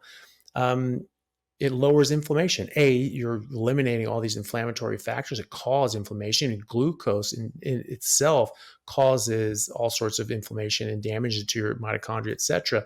But when you have higher ketones, beta hydroxybutyrate actually blocks the NLRP3 inflammasome, and that directly lowers inflammation. So, what about, glucose? We talked about how glucose damages the body. It also damages your cartilage in your joints. And so as an athlete, I mean, that's your life, is your joints. When your knees start going, when your elbow starts going, when your back starts going, that's it for your career. Right. And then you're crippled the rest of your life. Some of these people, it's not a fun place to be in. But breakdown in articular cartilage has been shown to be directly caused by carbs, this glycation process, this damage from elevated blood sugar, because you're taking in carbs, you're spiking your blood sugar, and it comes down. You spike the blood sugar, it comes down. You spike the blood sugar, and it comes down. Well, that area under the curve is all damage to your body. And in fact, in Professor Noakes and others, when they're studying these top athletes, when they're using carbs or not using carbs, they're finding that the carb athletes, their top athletes are performing at a world-class level, but they're all metabolically sick. They're all getting prediabetes and diabetes, right? So how is that going to help with the longevity of your career? How can you say that you're healthy if you're running an ultra marathon at record time and you have diabetes and your kidneys are failing? I mean, that's insane. So the longevity principles are huge as well. And again, you don't break down your cartilage as much when you're not glycating them. This has also been found. These glycation products have also been found in discs in your spine. So you get degenerative spine and all these sorts of problems from that. A lot of this is coming from, you can have direct damage, you can injure yourself, but glycation, blood sugar, directly damages your discs in your spine, and this destroys it. Being in a ketogenic state, you're going through autophagy. You're increasing brown fat. You have all the sorts of you increase your growth hormone, because insulin blocks the action of growth hormone and suppresses testosterone in men, but it also suppresses estrogen production in women. So the list goes on. I mean, there's really an unlimited amount of benefit that this causes people. both laymen and top athletes. And it's just from a straight up performance point of view, you can already make an argument that this is beneficial. But from a longevity point of view, there's absolutely no question. There's nothing that can be shown that you're going to be healthier by sucking down tons of sugar and carbohydrate packets, because you destroy your metabolic health and cause diabetes and just break down your body from the inside. And your career will be far shorter, and your life will be far harder after that. And whereas if you're ketogenic carnivore the entire time, you will have a much longer career, and you'll find that you're 40, 45 years old, still performing, and your body working like you're 25. But now you have 25 years of experience like the Frank brothers, and you are absolutely going to crush people. I could talk about the performance side all day. What's your thoughts on fruit? Because one thing I've heard with the carnivore and keto diets is that your cortisol goes up. And I know people like Paul Saladino that have had a complete 180 just about from being pure carnivore. What's your thoughts on that, and why do you think people like that have made that huge change? Well, the thing is that Paul, and I know Paul, and I've got a lot of time for Paul. The thing that he didn't maybe didn't think about or I haven't heard him address anyway was the fact that he had been on a ketogenic carnivore diet for about a year and a half before he started seeing some issues. But there have been people that had been on ketogenic diets, like an Atkins diet or a keto diet or carnivore diet, for decades at that point, that had never had those problems. So, entire civilizations, you have the Inuit who live their life in ketosis, right? Again, all of our ancestors that lived through the ice ages, you can't just eke out existence. Like if your hormones are crashing, your testosterone's burning out, your thyroid's going kaput, and you're just getting sick, and you have to have carbohydrates because being in ketosis is harmful to your body. How do we survive all the ice ages? We can't. You can't do that. We've only started drinking milk for about 10, 15,000 years. It talked about, amylase started coming into the gene expression about 10,000 years ago. Lactase persistence only came in around 10, 15,000 years ago as well, because that's when we started domesticating animals, because the megafauna died out and we didn't have access to these animals, these big, heavy, fatty animals. The bigger the animal, the higher the percentage of fat in their bodies. So, that sort of doesn't explain, he had that issue, but you know what? I have hundreds and hundreds and hundreds of patients who I've put on a carnivore diet, a ketogenic carnivore diet. They've never had the problems that Paul had. And there's all sorts, tens of thousands, hundreds of thousands of people that were doing carnivore before him and doing ketogenic before him. And Atkins diet is a ketogenic diet. It's below that. Atkins argued for less than 10 grams of carbohydrates a day. That's very, very low carb ketogenic diet. People were doing that for decades. There are treatment groups like Dr. Eric Westman over at Duke who uses ketogenic diets for the last 20, 30 years to treat people. And they're not seeing these problems either. So whatever happened to Paul to cause these problems, I can tell you it wasn't from ketosis. Our natural state is that of ketosis. I was in, by the time Paul did that, I had already been in ketosis twice as long as him. I had already been in ketosis for 5 years in my early 20s, never performed anywhere close to that well before or since, until right now when I was doing it. And I've been in ketosis for the better part of a decade now. Right. I don't have any of these problems. My testosterone is fantastic. I have patients that have tripled their testosterone as well doing ketogenic carnivore diet. 72-year-old man, that's my oldest patient. He tripled his testosterone. His testosterone was 220, and 4 or 5 months on a ketogenic carnivore diet, and it jumped up to 750. Right. So, massive improvement, and really revitalized his health. And a lot of other biomarkers improved as well. And just his health in general improved. Cortisol actually does not go up. So it depends on which studies you're looking at. I did a whole video. It's like 2.5 hours long. We really dig into the literature and the research with a friend of mine, Richard Smith, called "Is Ketosis Harmful?" And we go through all these sorts of things. This is all propagated from a guy named Ray Peat, who just argued that no, ketosis is really harmful, and and he made this argument. And he makes some compelling arguments, but the evidence that he bases these things on is not compelling, because he's saying, well, your cortisol goes up. Okay, well, the studies that they sort of look at are sort of small population size and not for that long. And you look at other studies that have larger population size, and go for a similar length, call it 8 weeks, and they actually find that no, actually cortisol stays the same, thyroid doesn't go downhill, all these other problems actually get better, your metabolic health improves. Dr. Finney, Professor Finney, who's no dummy, he's a professor at UC Davis, and he's an MD PhD from MIT and Stanford. So, I mean, he's got a brain in his head, and he's been studying ketogenic diets for 30 plus years, never found these issues that Paul describes from being in ketosis. And he's been in ketosis himself for 30 plus years or so. And so, when you look at those studies, when you look at this 8-week period, or these people getting improving, there's multiple reasons why people improve. I mean, there are literally thousands of randomized controlled trials in humans showing the benefits to specific medical outcomes and biomarkers for being on a high-fat, meat-based ketogenic diet, but specifically ketogenic. Ketogenic actually has the ketogenic diets have the largest body of scientific literature and randomized controlled trials to support it. It's actually very, very well supported.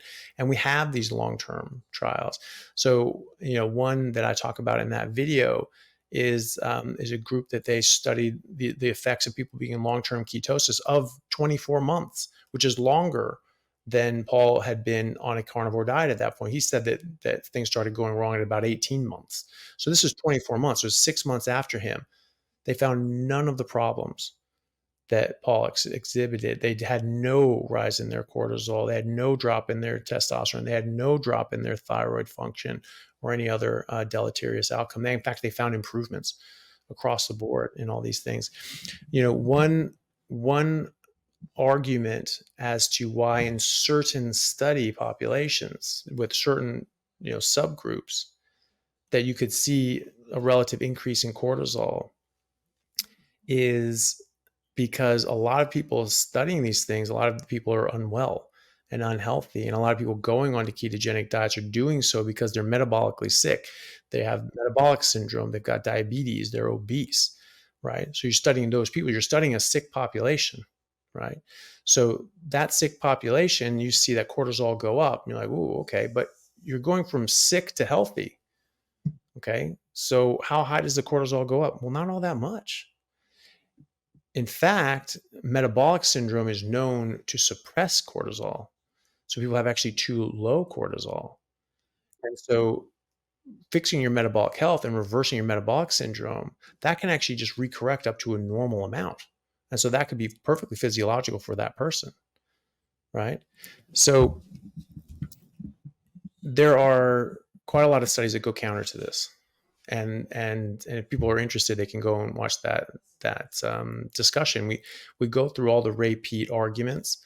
There's a guy named Georgi Dinkoff who's really popularized a lot of Ray Peat's passed away, but Dinkoff has really popularized a lot of Ray Peat's teachings, and went on with Dr. Mercola, and I believe that really influenced Paul, but I'm don't quote me on that. That's just my understanding.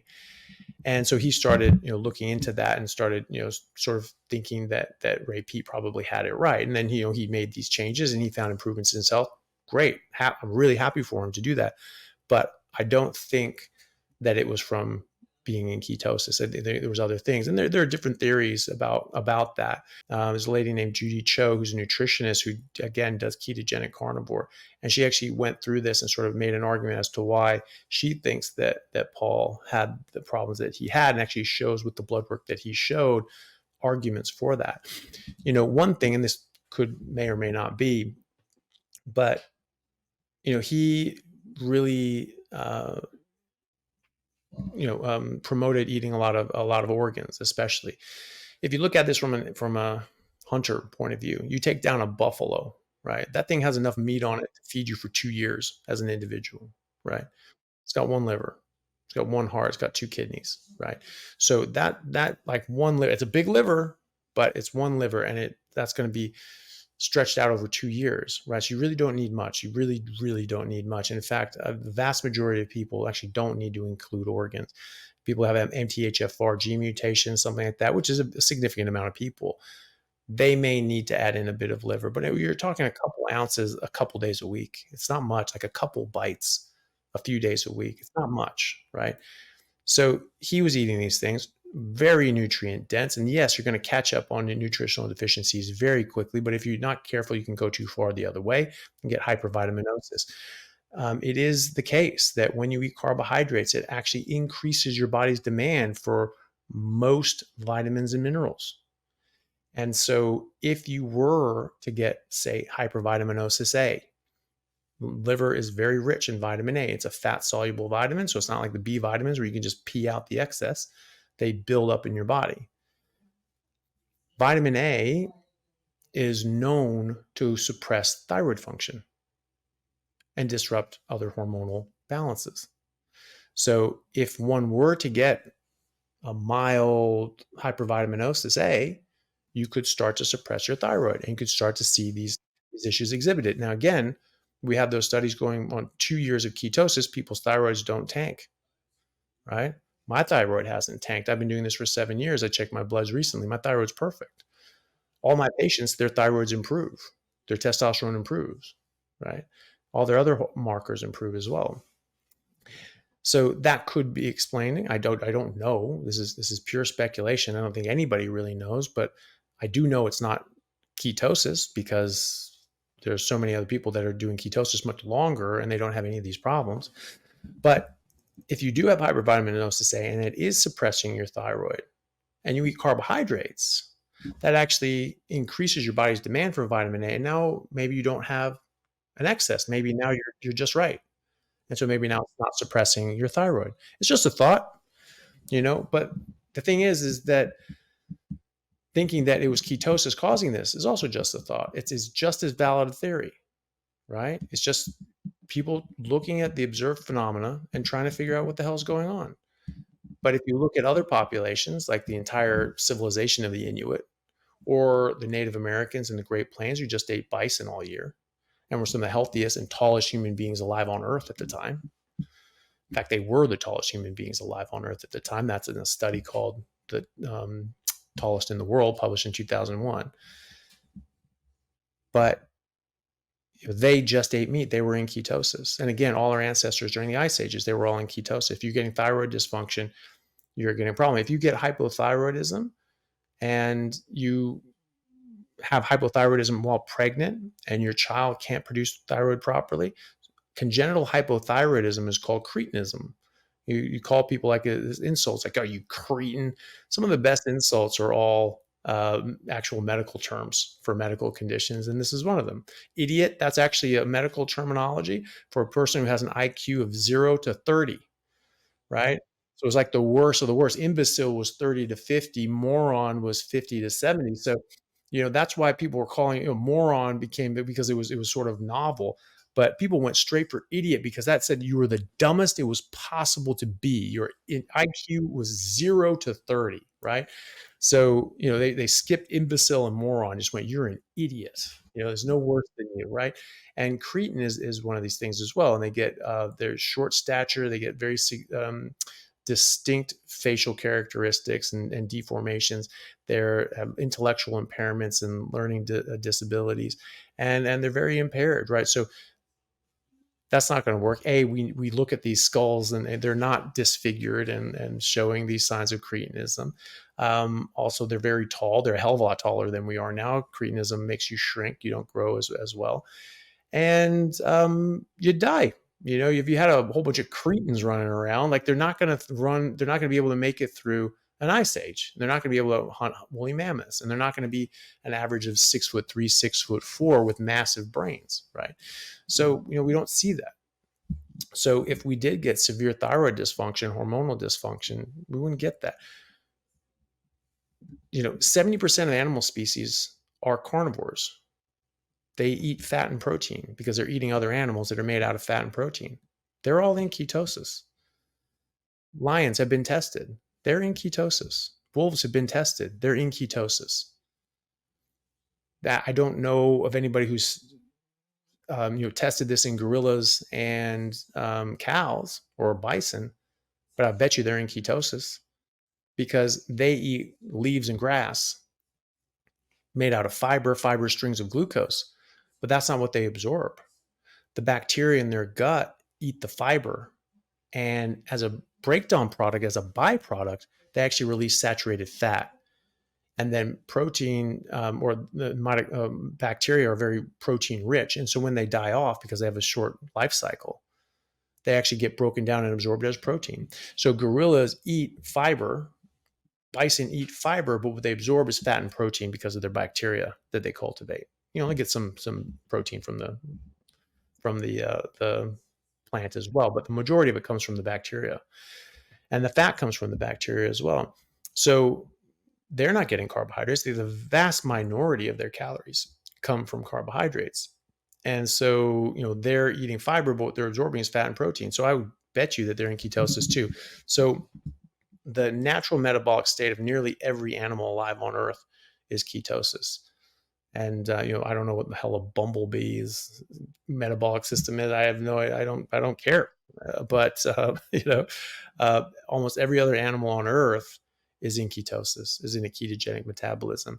And you look at human examples, and we have entire civilizations and populations alive right now that's their primary way of eating, at least traditionally, and they've obviously been driven out of their natural ways of doing things and been hurt as a result of it. But traditionally they don't, and so we don't see that. We don't see people getting harmed in this way with long-term ketosis. So I'm obviously something happened. I don't know what it was, but whatever it was, I don't think it was from being in ketosis. So we've obviously established that being in ketosis and preferably a carnivore diet is the optimal diet for humans. But I think it can be quite a daunting thing to look at for a lot of people because, especially with society today, to try to make this transition. What would your sort of shotgun approach be for people that want to make this leap, and someone that might be at the moment on a typical Western diet with a lot of processed food? What would their steps be? Because I can imagine to go cold turkey might be quite difficult for a lot of people. Yeah, well, if it is, the easiest thing to do is just cut out the processed foods.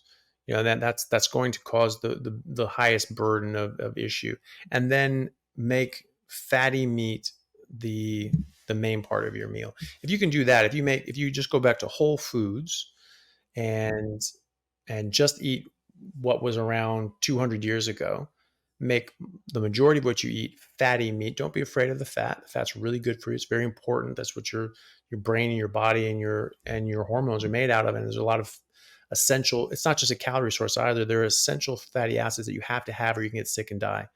And there are essential fat soluble nutrients that you have to have or you will get sick and die. So it's very important to get these things. And so don't be afraid of the fat. If you just eat fatty meat and that's the main part of your meal, and you cut out processed foods, you cook for yourself, you eat whole foods, right there, you're going to make a massive improvement in your health. But you will get even more improvement if you cut out all the plants and fruits and veggies and all even the whole foods, because the meat gives you all the energy or all the nutrition that you require in the proportion that you need it. But the other things cause harm. Plants have defensive chemicals. This is a well-known botanical fact. It's something that, one of the main reasons I really liked, talking to Paul is he was one of the first people besides me to talk about plant toxins. I was like, yes, someone else gets it, right? So because they are toxic, and so we need to recognize these things. And if you don't respect the plant's defenses, you're gonna run, face first into it, and you're gonna get hurt. And a lot of people have. And so a lot of people go clean, they clean up their diet, they go, get out the processed food and they go more plant-based. And they feel better for a time because it's always compared to what? So compared to what they're eating before, they're doing a lot better. But then these plant toxins build up and the nutritional deficiencies start to add up and they start getting very, very sick. And it's not until they start eating meat again and even cut out the plants that they improve their health. And I see that all the time. The vast majority of people who follow me and do a carnivore diet were plant-based before that. Because they got so sick, they had to make a change, and they realized that what I was saying made more sense than what they had come to believe. And then they tried it for themselves, and that's really the only thing that matters, and their health improved. And so just making that change, eating more whole food and just focusing on fatty meat, not being afraid of it, you're going to do a lot better. If you're going to eat plants, I would just switch them up. Don't eat the same plant every single day, and don't eat a lot of any of them, because those toxins will build up. And so if you switch them around, they have different toxins in all the different plants. I would try to be ketogenic. I would try to take out carbohydrates. If you want to do this in a piecemeal fashion, but you want to end up trying carnivore, right? If you just want to clean up your diet, that's how to do it. If you just want to make big improvements and but not go full bore, do that. If you do want to go carnivore and you can't make that leap and go cold turkey, well then do that in a stepwise progression, just like I laid out, but have it marked on the calendar when you're going to drop the next thing and the next thing and the next thing. And no more than 4 weeks down the chain, there's going to be a date X'd on the calendar saying today is meat and water only. That's it, right? And you have to give yourself a timeline, because if you just say, yeah, I'll do it eventually, it's never going to happen. It's like there's people that quit smoking supposedly for 20 years, right? Oh yeah, I'm quitting. It's like, yeah, but you're smoking more than you did, a couple of weeks ago. So it doesn't look like it's going in the right direction. So you need to have a clear timeline on what you're doing. I do find that a lot of people, once they hear all of this and they look at the data for themselves, and I have a lot of videos, especially my early ones, where I'm talking about specific issues, and I post a lot of these studies, and people can go and look at the studies themselves and see what they say. Maybe they disagree with me. Stranger things have happened, but a lot of people say that they was like, oh, wanted to check on you, and every time you quote something, you look at the study and like, yeah, actually that says exactly what he said it did. So, once people see that, a lot of times they think, okay, I want to get on this. Well, if that's the case, then strike while the iron's hot. You're never going to be more motivated than you are right then. And so, you can try that. If you live alone or you live with people that are supportive of it, throw out this crap in your house, or give it to a food bank, or give it to people you don't like and don't mind seeing poisoned, right? So just get it out of your house though, because if you're trying to quit smoking, the last thing you want to do is leave packs of cigarettes around the house, right? So out of sight, out of mind. And if you have a craving, there's not something right there that can mess you up. So get that stuff out of the house, just go into it and just eat fatty meat until it stops tasting good. Drink water to thirst. Early on, understand that you might need a bit of electrolytes, and join some sort of group, a free Facebook group. Look at these different things like Zero Carb Health or Zeroing In on Health. These people have been doing this stuff for 30 years, some of them. And so, there's tens of thousands of people there that can help you along the way, right? And give you pointers and things like that. And having that sort of sense of community helps, so you don't feel like a weirdo just doing this and everybody else is looking at you like, oh my God, you're going to get a heart attack. You're going to die, so that helps. But, the main thing is, if once you get to it, at some point you're going to have to go cold turkey. At some point you're going to have to start. And when you do, it's very simple. It's very intuitive. You just eat fatty meat until it stops tasting good. You try to get 1 to 2 grams of fat to 1 gram of protein, and you adjust how much you need. If you start getting loose stools, maybe pull back the amount of fat that you're eating. If you're getting hard, dry, rocky stools, you need to increase the fat that you're eating. And that's pretty much it. it's as important what not to eat as what to eat. Because again, meat is good for you. It gives you all the things you need, but other things cause harm. So my rule for myself and anybody who wants to do this, is I think is as well as they can, is no plants or mushrooms, no sugar or any sweeteners, nothing artificial. And that goes for sauces, seasonings, and drinks as well. So you can test this against your sort of litmus test. Okay, well, what about coffee? Well, coffee is a plant. Okay, well, what about stevia? Well, stevia is a plant and it's a sweetener, so double no. Well, what about honey that comes from bees? Well, it's sugar. You don't want sugar. So, there's all these different sorts of ways you can play it against. What about sorbitol? Okay, well, that's a sweetener and it's artificial. Again, double no. So you can try all these things. But one of the main things that people struggle with when they say they get improvements, but they're not getting all the crazy improvements that they see people getting. And they're like, well, why not me? Why am I not losing weight? Why am I not getting all these benefits? And you ask them, well, what are you eating? And they're like, oh, I'm eating bacon. I'm eating beef. I'm eating this. I'm eating that. I mean, okay, no, but what else are you eating that's not meat? Oh, well, I have coffee with monk fruit sugar in it. I'm like, okay, well, stop that, or they're having, or dairy. A lot of dairy can be a bit of a weight loss stall, but artificial sweeteners are a classic one, So, or I remember I was talking to this one guy, he's a really nice guy. I actually had him on my podcast, and he was making massive improvements, reverse diabetes, all these sorts of things. But he wasn't really getting the weight loss. He wasn't really getting all these health benefits. He'd been doing it for a long time. And I kept asking, okay, well, what are you eating? What are you eating? He only would tell me about the meat that he was eating. And I finally got out of him. The guy was having like 8 Bang energy drinks a day. And I was like, oh my God. Okay, Jesus. Okay, so no, like stop that. And but it was very difficult for him. It was very addictive. And he said that he had worse withdrawals off of like that artificial sweeteners and those energy drinks than he did off any sugar or anything like that. And he said he felt bad for junkies because he was actually a prison guard at a detention center. And he was just like, I feel so sorry for these guys now. You watch them go through withdrawals, and he's like, I'm just going through, like artificial sweeteners, and I feel like I'm, like withdrawing off heroin or something. He's like, this is crazy. And and he was just having difficulty. He's just, I wish I could get these benefits. I'm like, yeah, I wish I could get the same benefits out of carnivore. And I kept saying, I'm like, yeah, well, try carnivore and you might, he's like, oh yeah, because if you're still say sucking down 8 Bang energy drinks, like you're not carnivore yet. Carnivore is the complete exclusion of anything else except meat and water. And so, if you're not getting the results that you want, that's your baseline. You get back to there, just beef, lamb, and water. That's your base. That's the best you're ever going to do.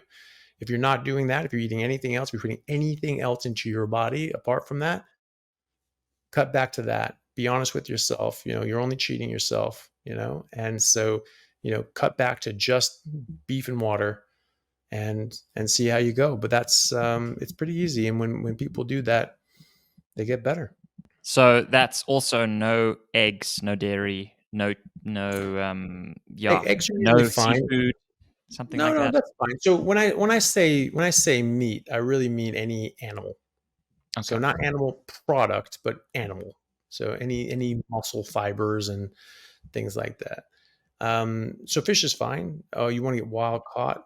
Farmed fish, for the most part, is fed a bunch of corn and soy and garbage. I have a buddy of mine who's trying to get some fish farms that are actually fed actual fish food, like algae and things like that, as opposed to corn and soy. Like, why the hell would a fish eat soy? It doesn't exist in the ocean. So obviously that's not the right thing for fish to eat, and they're not going to be as healthy. And so they're not going to have the right nutrients. They're not going to be as healthy for us. So wild caught fish, and you want to try to get pasture raised eggs. Most people do fine with eggs. Some people have a bit of a problem.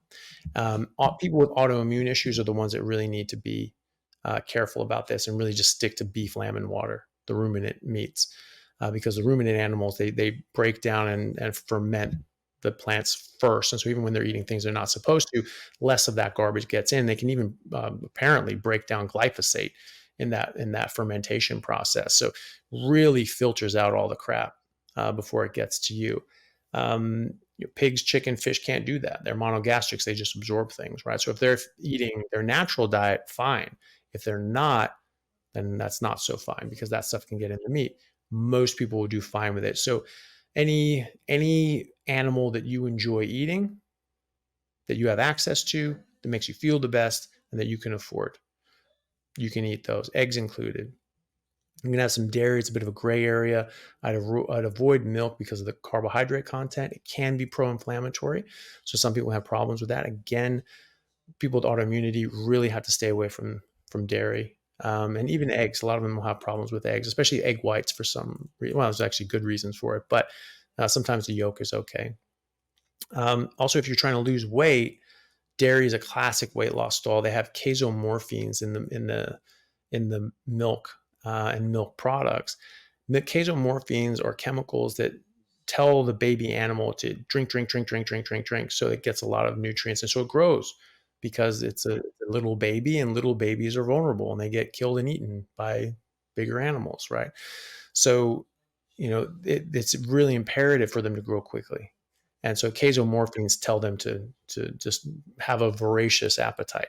So it tells us to have a voracious appetite, and we overeat, and it tends to stall weight loss or even put on weight. So those are some tricks. But if you're otherwise healthy, just eat the type of meat and animal that you want, that makes you feel good. If you have different problems and sensitivities, just cut back down to just beef, lamb, and water, and see how you go. And that's always your baseline. That's always the home base, or even better yet, grass-fed and finished beef and lamb, high fat, of course. And butter seems to be okay for most people. And so if that's where you start, and then you can sort of branch out. You try some eggs after 30 days. Okay, eggs are fine. I feel great. Go to town on eggs. Chicken is fine, whatever. If you want to eat chicken, I'm not particularly interested in chicken, but when I have steak available, especially. So, but like some fish or whatever. So yeah, so whatever, meat, fish, chicken, that you like. But the big part is what not to eat. That's really important. So basically, just do the opposite of what your doctor tells you for the most part. Yeah. Or what they've historically told us. Yeah.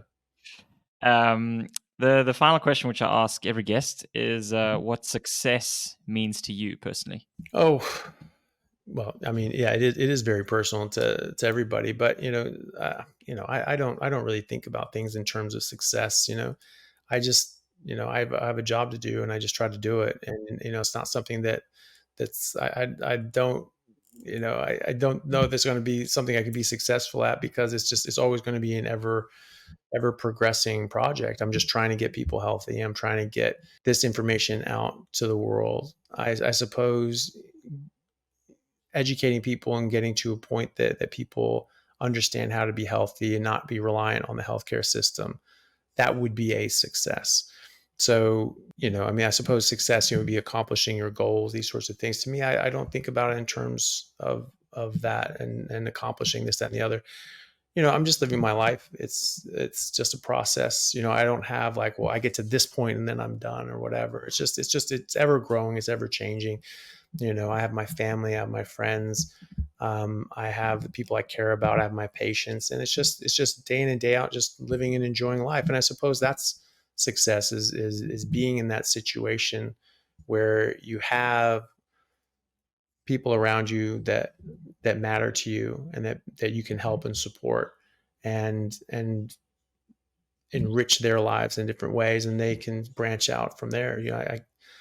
There are a lot of people that I talk to whose lives have been so radically changed by the different sorts of interventions in diet and lifestyle, that are just so easy and so available to basically anybody, that it's changed their life. And a lot of people have literally said that it saved their life. I mean, I've talked to multiple people who were suicidal and at the point of actually going to countries that had physician assisted suicide, because their life was so difficult. And then they changed and started doing this, and now they're back to their normal happy selves. And so then they're telling that to other people, and that's spreading like ripple effect from them, and that just grows and grows and grows. So I suppose that in itself is a success, that just that you're field of influence and happiness is just sort of growing around you. So I don't know. It's a very difficult question. It really makes you sort of think. But I think that would probably be my, what I would consider a success, and myself being successful is that, that those ripples around me of people getting better and healthier and changing other people's lives and getting them healthy as a result, and affecting more and more people. And as a result, you can have that message spread across the world. It doesn't have to be a top-down government directive. It's never going to be, but but it doesn't need to be either. And because the truth will out. And if we can get to a point where people just aren't so reliant, and 90% of the deaths aren't from chronic disease, and it goes back to that 10% that is actually real medicine, that you require doctors for, injuries, accidents, infections, all these sorts of things. If we can get that back to being 90% of what we deal with, that will be a life's goal, dream, and success for me. Dr. Chaffee, this has been an absolute pleasure, and thank you so much for coming on and making the time for this. I really appreciate it. You're very welcome. Thank you for having me.